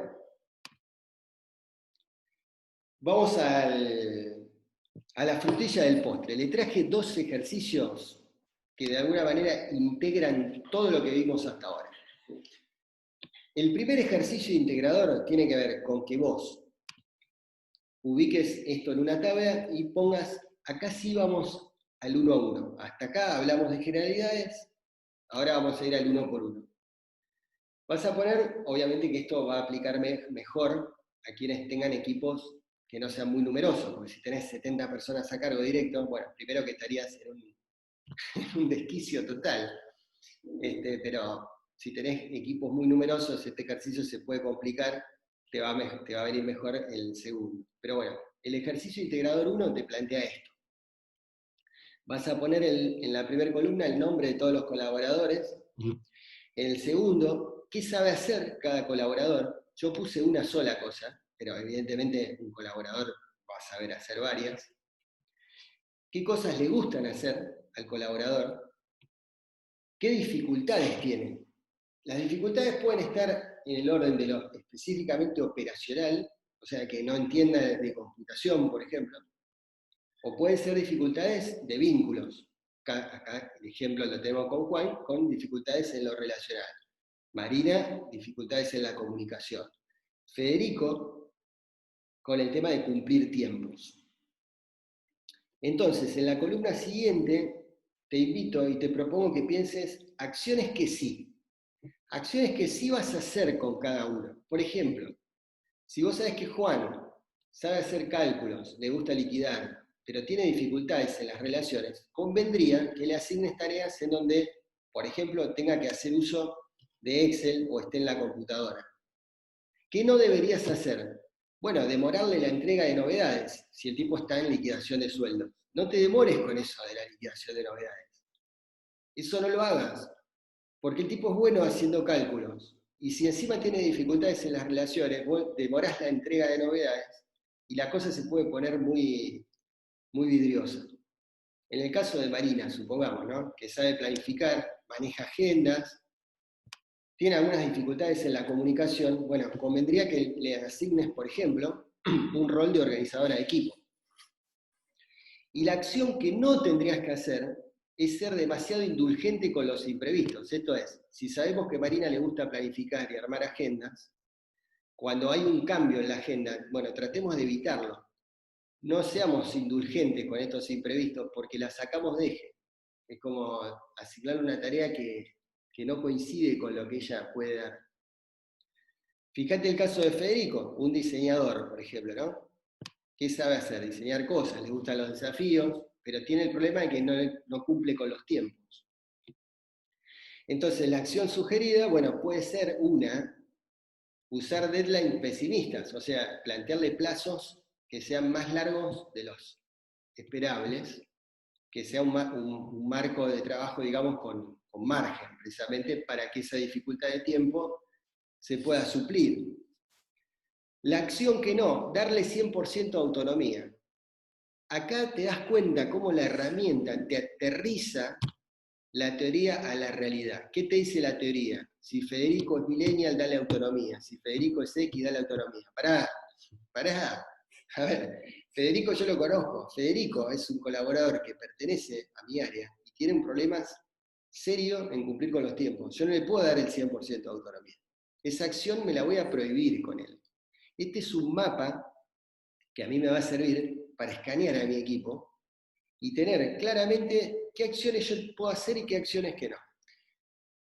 Esto está bueno porque te permite pensar también a mediano plazo, ¿no? Porque en ese mapa, si vos hiciste bien los deberes y tenés un mapa de empatía construido, lo conocés tan bien a cada uno, que sabés qué le gusta hacer, qué dificultades tiene, y te setea y te permite planificar con mucha claridad para qué puesto podría ser bueno, o en el puesto que le vas a ofrecer, qué cosas podría realizar mejor y con qué otras va a tener dificultades.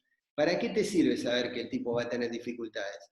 Para acompañarlo, para compensarlo, por ejemplo, para ponerle un compañero que no tenga esa dificultad y lo pueda suplir, para no asignarle esa tarea y asignarle otra. Ese es el ejercicio integrador 1. Y el ejercicio integrador número 2, este está bueno, es más sofisticado, te plantea, esto se llama Starfish, y está tomado del marco ágil, está tomado prestado, ¿no? Del marco ágil. Vos, se hace así este ejercicio. Tomá de referencia la diapo en donde yo te decía, bueno, cuáles son las habilidades fundamentales de cada generación, ¿no? Entonces, vos te pones el machete. Suponete que te pones el machete de las habilidades de la generación Baby Boomer. Entonces vos sabés que es una generación que acata normas, que atrae clientes por confianza, bueno.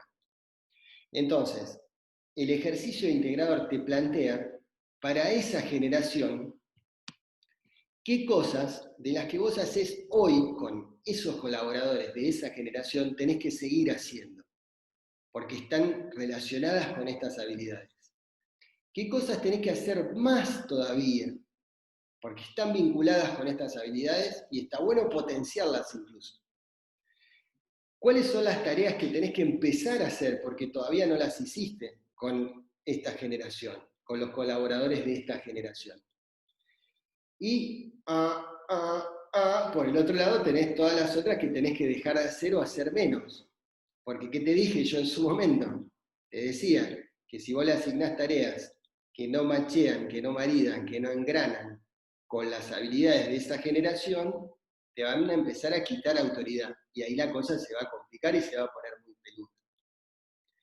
La estrella te permite entonces determinar claramente, sobre la base de estas habilidades fundamentales de cada generación, qué tareas, qué cosas, qué conductas, a ver, tenés que hacer más, tenés que hacer menos, tenés que empezar a hacer o hacer igual o directamente dejar de hacer. ¿Se entiende? Es un ejercicio que está muy bueno, es muy divertido para hacerlo sobre todo y ir probando distintas alternativas, ¿no?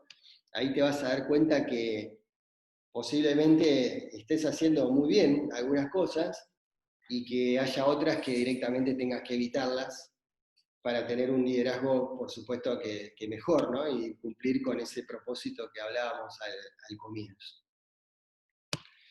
Bueno, estamos llegando al final. A ver. Preguntas. Pensé que habíamos llegado al final, pero bueno, no todavía. Bueno, el juego es así. Hemos llegado casi entonces al punto de llegada. Como sé que hay mucha información, mucho dato acá dando vueltas, hay ejercicios prácticos. Me imagino que deben haber quedado pensando en algunas dudas o consultas. Bueno, acá a Iván le gustó el ejercicio, me parece muy bien. vaya a saber cuál es el ejercicio, Iván, que te referís. Pero bueno, los invito a hacer preguntas en vivo y en directo por la cámara, o lo pueden hacer por chat si alguno es más afín a escribir que a hablar. Este espacio es de ustedes. Gustavo, ¿cómo andás, querido? Germán, ¿cómo le va? Un amigo ¿Todo casi bien, vos? hermano para mí. ¿Qué hace, Germán? Es así. Gracias, querido. Digan. Escucha, te iba a preguntar, en el ejercicio que vos propusiste del tema de la empatía, sobre todo en el de la persona, Sí. la información que vos, ¿cómo recopilás la información para completar cada uno de esos espacios? O sea, ¿es por entrevistas con las personas que vos te interesa considerar para hacer ejercicio, o es simplemente por percepciones propias? Excelente pregunta, excelente pregunta. Bueno, hay muchas maneras que tenemos de recopilar esa información. Hay una que es muy sencilla, que es preguntándole a la gente que ve, que escucha. Hay distintas maneras de preguntar esto, de abordarlo, pero es a través de entrevistas. La segunda es a través de observación. Vos te ponés en tu lugar de trabajo y vas mirando cómo se comporta la gente. Y la tercera, que a mí me encanta, es acompañar a la gente. Es acompañar a la gente en algún momento de su día de trabajo, por ejemplo, ponerte al lado y recorrer el mismo camino que hace él. Es súper ilustrativo eso. Te puedo asegurar que, bueno, a ver, está considerado como la mejor manera de aprender para entender el punto de vista del otro. Pero es muy interesante. Pero bueno, esas son las tres maneras de llegar a esto. Si uno se pone solamente en el escritorio pensando, intuyendo, creyendo, digamos, saber lo que el otro piensa o hace, y bueno, es probable que no estemos cumpliendo esa expectativa del ejercicio, que es efectivamente entender al otro. Perfecto, pero digo, es validable que vos hagas encuestas, poner en un equipo de trabajo y los vayas citando y le hagas. Perfecto. Completamente. Buenísimo. Sí. Muchas gracias, amigo. Bueno, dice Joa, tenemos 2 cordobeses hoy, estamos rodeados. Bueno, la empatía me parece una herramienta fundamental, justamente el acompañamiento es la base de poder entender si el concepto es el mismo para cada integrante de la empresa. Muy bien, entiendo que seguramente no todos pensarán lo mismo, coincido. Y de Nico, ya va a hablar un segundito. Nico Baral dice, ¿cómo hacer cuando, según el rol que tiene un boomer, y no pueda acompañar la dinámica de la empresa por su estructura? Sin posibilidad de sacarlo por las cualidades que aporta, también por su edad y por sus contactos. Bueno, Nico, a ver si te interpreto lo que puedes decir. O sea, es como que tenemos un boomer que estaría medio quedándose al margen, ¿no? Como que la empresa va para un lado y el boomer se estaría quedando... bueno, voy a hacer interpretación esto, porque... Sí, ¿me escuchás? Sí, dale, Nico, dale, contalo vos. Bueno, sí, por ahí tengo personas dentro de la empresa. La cámara no me anda, por eso no la pude prender, no me funciona por el momento. Dale. Bueno, sí, tengo personas que por ahí tienen sus conocimientos, sus capacidades muy buenas, pero no se pueden un poco ayornar a la dinámica tecnológica, por así decirlo, de la empresa, que sería el funcionamiento de correos, del WhatsApp, de los grupos, de estar al día con las respuestas del mail y demás. Entonces, es necesaria, pero no la puedo meter en la dinámica diaria a la persona. Me pasa con encargados de 2 delegaciones, que son, bueno, boomers y uno un poquito más, te diría, que bueno, por su trayectoria personal me sirven mucho, pero en la dinámica de lo que es la parte más funcional de la empresa, por ahí ya no tanto, pero es como un mal necesario, no sé cómo decirlo. Claro. Tienen determinados hábitos que no coinciden con lo que la empresa le está pidiendo hoy en día. Eso Sí. es. Claro, está bien. Bueno, mirá, a ver, lo primero que hay que asumir es que es interesante lo que vos decías, Nico, porque vos lo mencionabas como un mal necesario. El baby boomer, estás dentro de este 15 o 20% que yo comentaba en algún momento.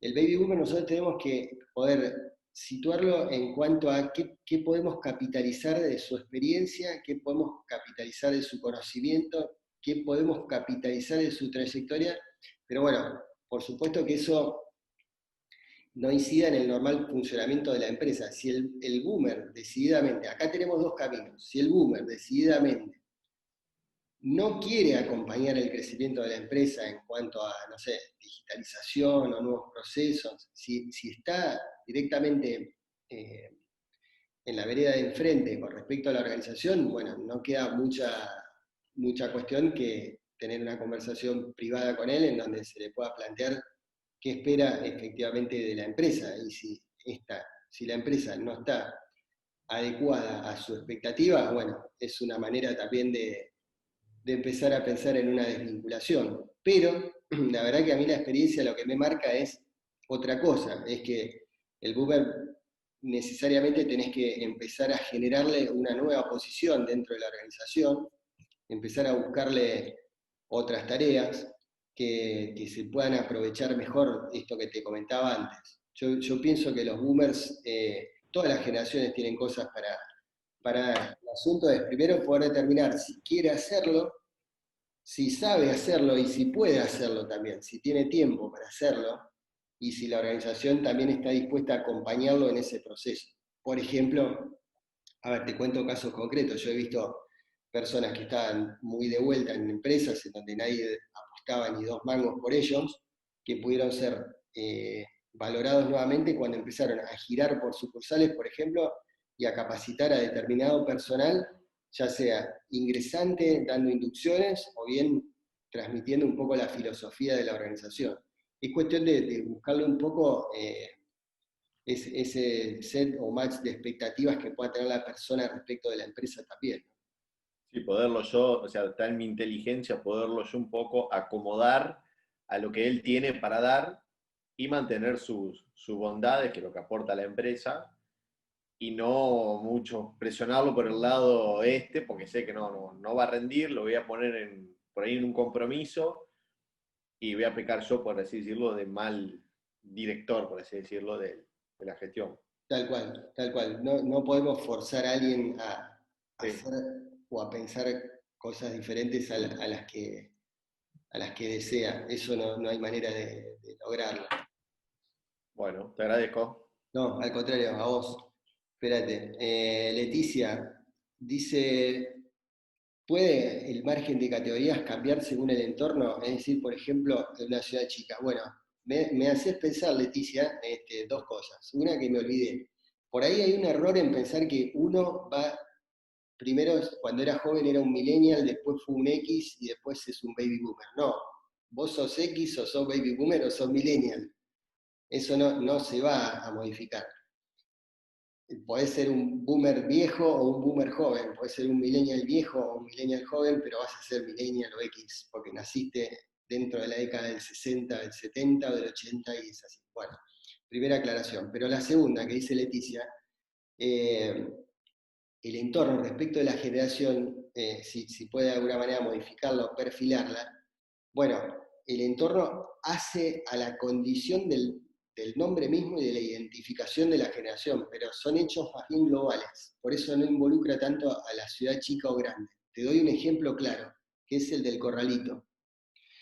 El corralito, el corralito del 2001, la gran crisis que tuvimos en el 2001-2002, cada uno lo vivió de una manera distinta, pero impactó en los millennials de una manera, no importa si vos vivías en un pueblo o en Buenos Aires o en Rosario, impactó porque posiblemente tu viejo quedó sin empleo, porque el vecino se quedó sin el kiosco, porque impactó a todos. Entonces son hechos muy globales que perfilan una generación independientemente del lugar en donde lo hayas vivido. Son hechos muy, muy significativos, de hecho se llaman así, eventos significativos generacionales, que al margen de dónde vivas, si es en una ciudad chica o grande, te involucra exactamente de la misma manera. Bueno, y respecto de Natalia, espero haberte contestado, Leti, si no, después me lo haces saber. Y Natalia dice que estuvimos analizando el liderazgo con colaboradores o equipos a los que coordinamos. ¿Cómo hacemos cuando la necesidad de liderazgo o de trabajo en equipo surge con pares, con responsables de otras áreas que tienen mayor edad, trayectoria en la empresa y años de experiencia? Bien, excelente, claro. Dice Natalia, a ver, por ahí no son colaboradores, sino que son pares los que tienen más edad. Y bueno, fundamental el mapa de empatía, Nati. Usá el mapa de empatía, entendé qué sienten, qué están viendo, qué escuchan, y en función de eso vas a tener la mejor herramienta como para tener una conversación adecuada. Y la conversación es ese momento en donde te pones de acuerdo con el otro, cada uno con su historia, con su edad, con su experiencia, pero entender al otro es la condición acá, y en eso el mapa de empatía te va a ser súper útil. Bueno, gracias, Nati. No te animaste a hablar, y eso que sos bastante extrovertida, bueno. Bueno, ¿cómo estamos? Yo tengo una consulta. Dale. ¿Puedo? Vamos. ¿Cuánto tiempo más o menos demora en mostrar resultados todos estos ejercicios que se están haciendo, que se harían? Porque, por ejemplo, cuando yo trabajo, ustedes están haciendo ese trabajo y como colaboradora a lo mejor no veo tantos resultados. Entonces me gustaría saber qué tiempo lleva o toma ver resultados en cuanto a estas cuestiones. Es una buena pregunta, y la mejor respuesta está en defina usted resultado. ¿A qué resultados te referís? Porque cuando uno no mide las cosas es difícil hablar de resultados. Entonces, es importante, te digo, más allá del chiste, está bueno tener en claro uno de los, en una diapo lo digo ahí, ¿no? De qué forma vos vas a medir el éxito de tu gestión. Entonces, vos decís, che, ¿cuándo da resultado? Depende de qué resultado me hables. Porque, por ejemplo, ¿cuánto tiempo te lleva a vos entender a tus colaboradores? Bueno, depende, a ver, depende de los colaboradores, depende del contexto, y depende sobre todo de qué pensás vos que es entender a los colaboradores. Es, por ejemplo, poder prever una acción motivacional, poder prever cuál va a ser la reacción o la respuesta ante un cambio de horario, poder ver si el grupo va a responder positivo o negativamente ante horas extras. Ahí cuando vas seteando mejor el indicador, que eso vos sabés mejor que yo inclusive, cuando vos seteás mejor el indicador, te da un panorama de tiempo mucho más certero, si no es muy intuitiva la cosa. Bueno. Bueno, esta Leti me hace pensar. Yo, Gustavo, te iba a comentar desde mi experiencia, y un comentario de ver que tu opinión, digamos. Yo actualmente estoy trabajando en una empresa donde estoy a cargo, fue mi primera experiencia laboral, y estoy a cargo de 9, 10 operarios, que en realidad entré porque el gerente estaba sobrecargado de tareas, y entonces quería alguien que esté encargado de lo que es producción y demás. Entonces estoy encargado de producción y calidad, y yo creo que de este trío que nombraste vos de estabilidad, empatía y soluciones, algo importante para agregar también es el tema de la confianza. Generar confianza con los operarios más que nada, porque yo llego y como yo poniéndome en lugar de ellos, ver que venga un pendejo a darle órdenes a toda gente que ya tenía experiencia y demás, como que lo ven medio raro. Entonces esto de generar primero una confianza con ellos, confianza en que yo les puedo dar soluciones, confianza en que si tienen un problema lo pueden hablar conmigo, en esto que también nombrabas de no sobrepasarme y que vayan con problemas directamente al gerente, sino que lo puedan hablar conmigo, digamos. Bien, sí, tal cual, excelente.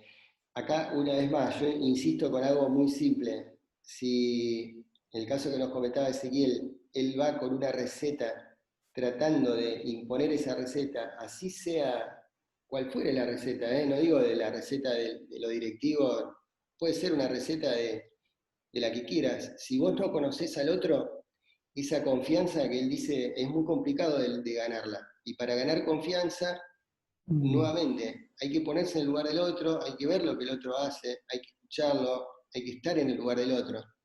Y en eso la presencia es importante. No es lo mismo un jefe que esté todo el día en el escritorio que un jefe que esté al lado a veces de la gente. No digo de ponerse siempre en el lugar de la gente, pero estar un rato, recorrer, escucha, gerentes comerciales salgan, gerentes de logística salgan, gerentes de compras salgan, vean lo que hacen, vivan un día, vivan un rato, 1 hora, 2 horas de trabajo con sus colaboradores, eso es iluminador. Iván, gracias. Iván, dale. Sí, Gustavo. No, un poco la consulta es la siguiente. ¿Cómo ves vos como herramienta en cuanto a la empatía lo que es la encuesta de clima organizacional? Vos un poco sugerías ahí que ponerse al lado del colaborador es una de las mejores opciones. Y te preguntaba por lo de clima organizacional porque a priori yo percibo que una encuesta formal genera expectativa de soluciones más allá de lograr conocer qué es lo que piensa el colaborador. Sí, la encuesta de clima, a ver, por eso es importante siempre tener en cuenta el contexto y la historia, porque hay veces que la encuesta de clima puede ser muy fiable. A ver, 2 cosas. Tenés el instrumento encuesta de clima que puede estar bien construida a nivel metodológico, o no, pero eso lo dejamos aparte. Supongamos que está bien construida a nivel metodológico. Pero si vos la vas a aplicar de nuevo, sin saber el contexto, sin saber si hubo una historia previa, porque no es lo mismo tomar una encuesta en una empresa que se tomó en su momento y no se hizo nada, que tomarla en una empresa en donde nunca se tomó, o tomarla en una empresa en donde no hay seguridad psicológica, en donde la gente no se siente lo suficientemente confortable como para dar su opinión. Entonces, la herramienta encuesta puede ser muy buena, pero si la tomamos en este contexto, los resultados van a ser totalmente falsos, no nos van a servir para tomar una sola decisión. Entonces, cualquier herramienta que vayamos a aplicar, por ejemplo, encuesta de clima, es importantísimo que nosotros tengamos un panorama de la historia y del contexto.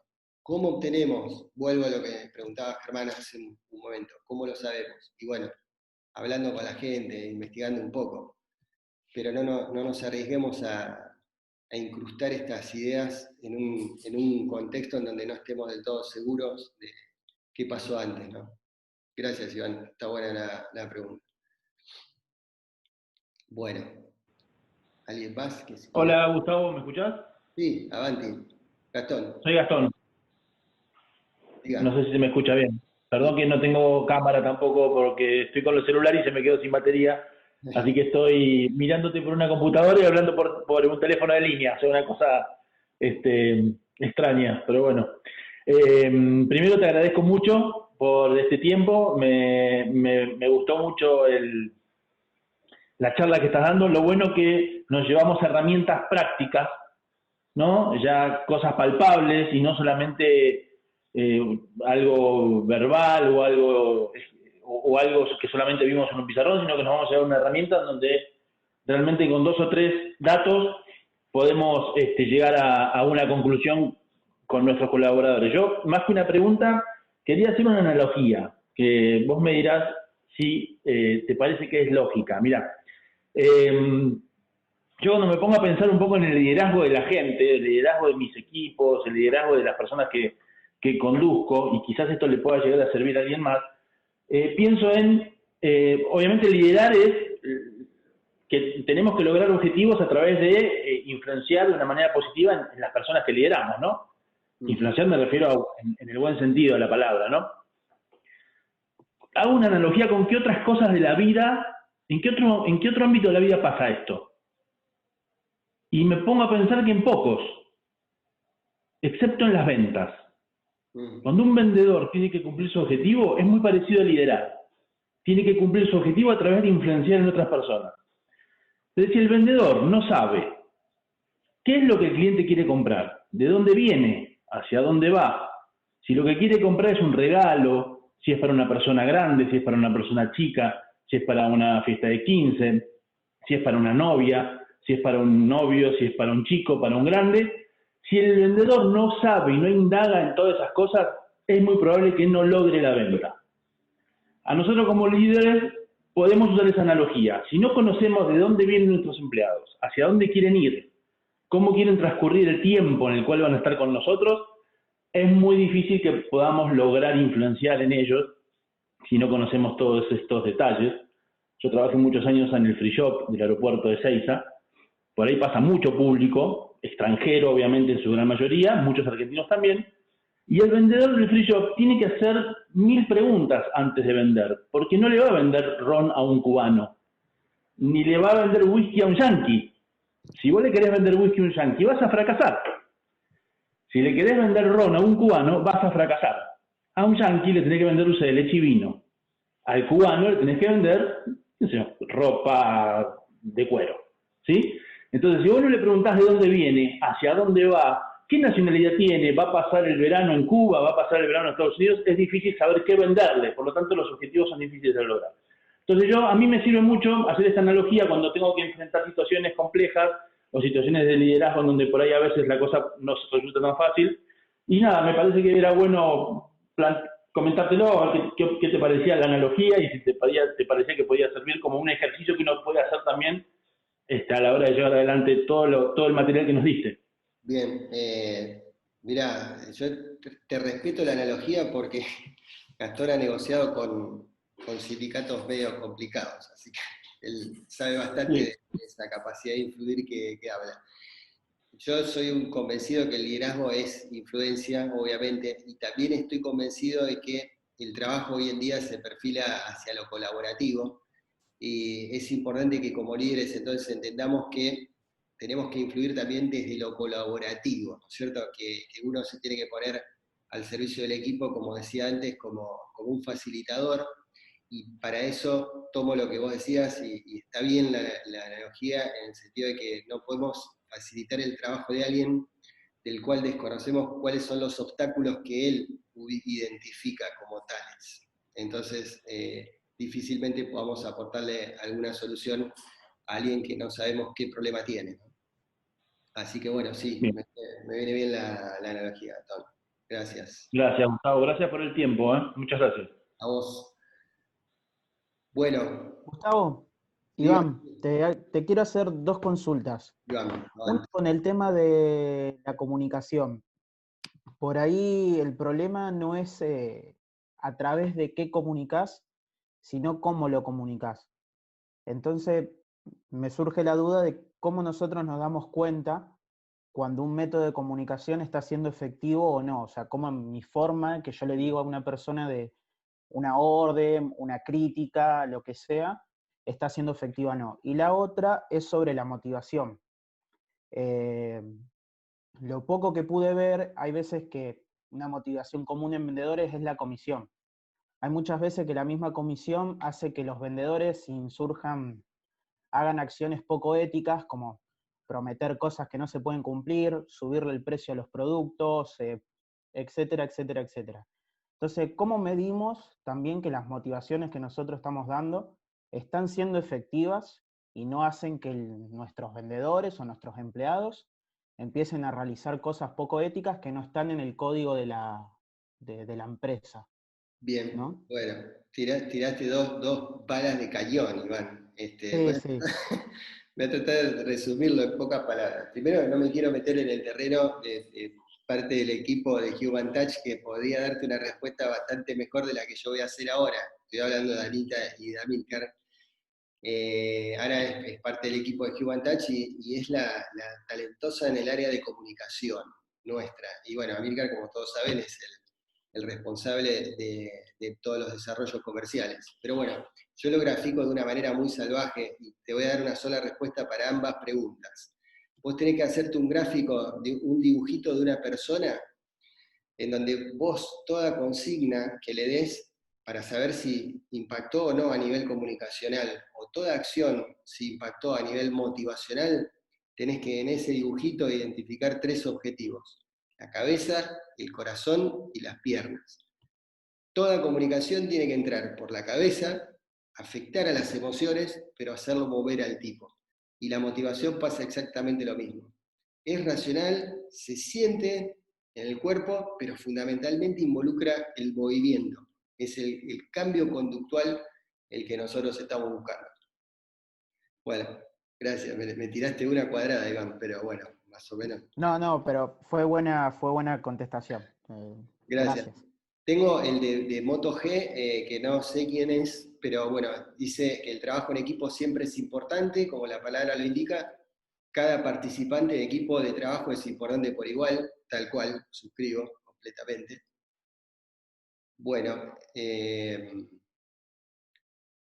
Ezequiel, que lo estaba pasando largo, dice cómo recuperar la credibilidad y realmente convencer a nuestros colaboradores después de años de poca respuesta, de promesas que no se han cumplido, falta de comunicación, etc. ¿Cómo encaramos estos ejercicios y que realmente den el resultado esperado?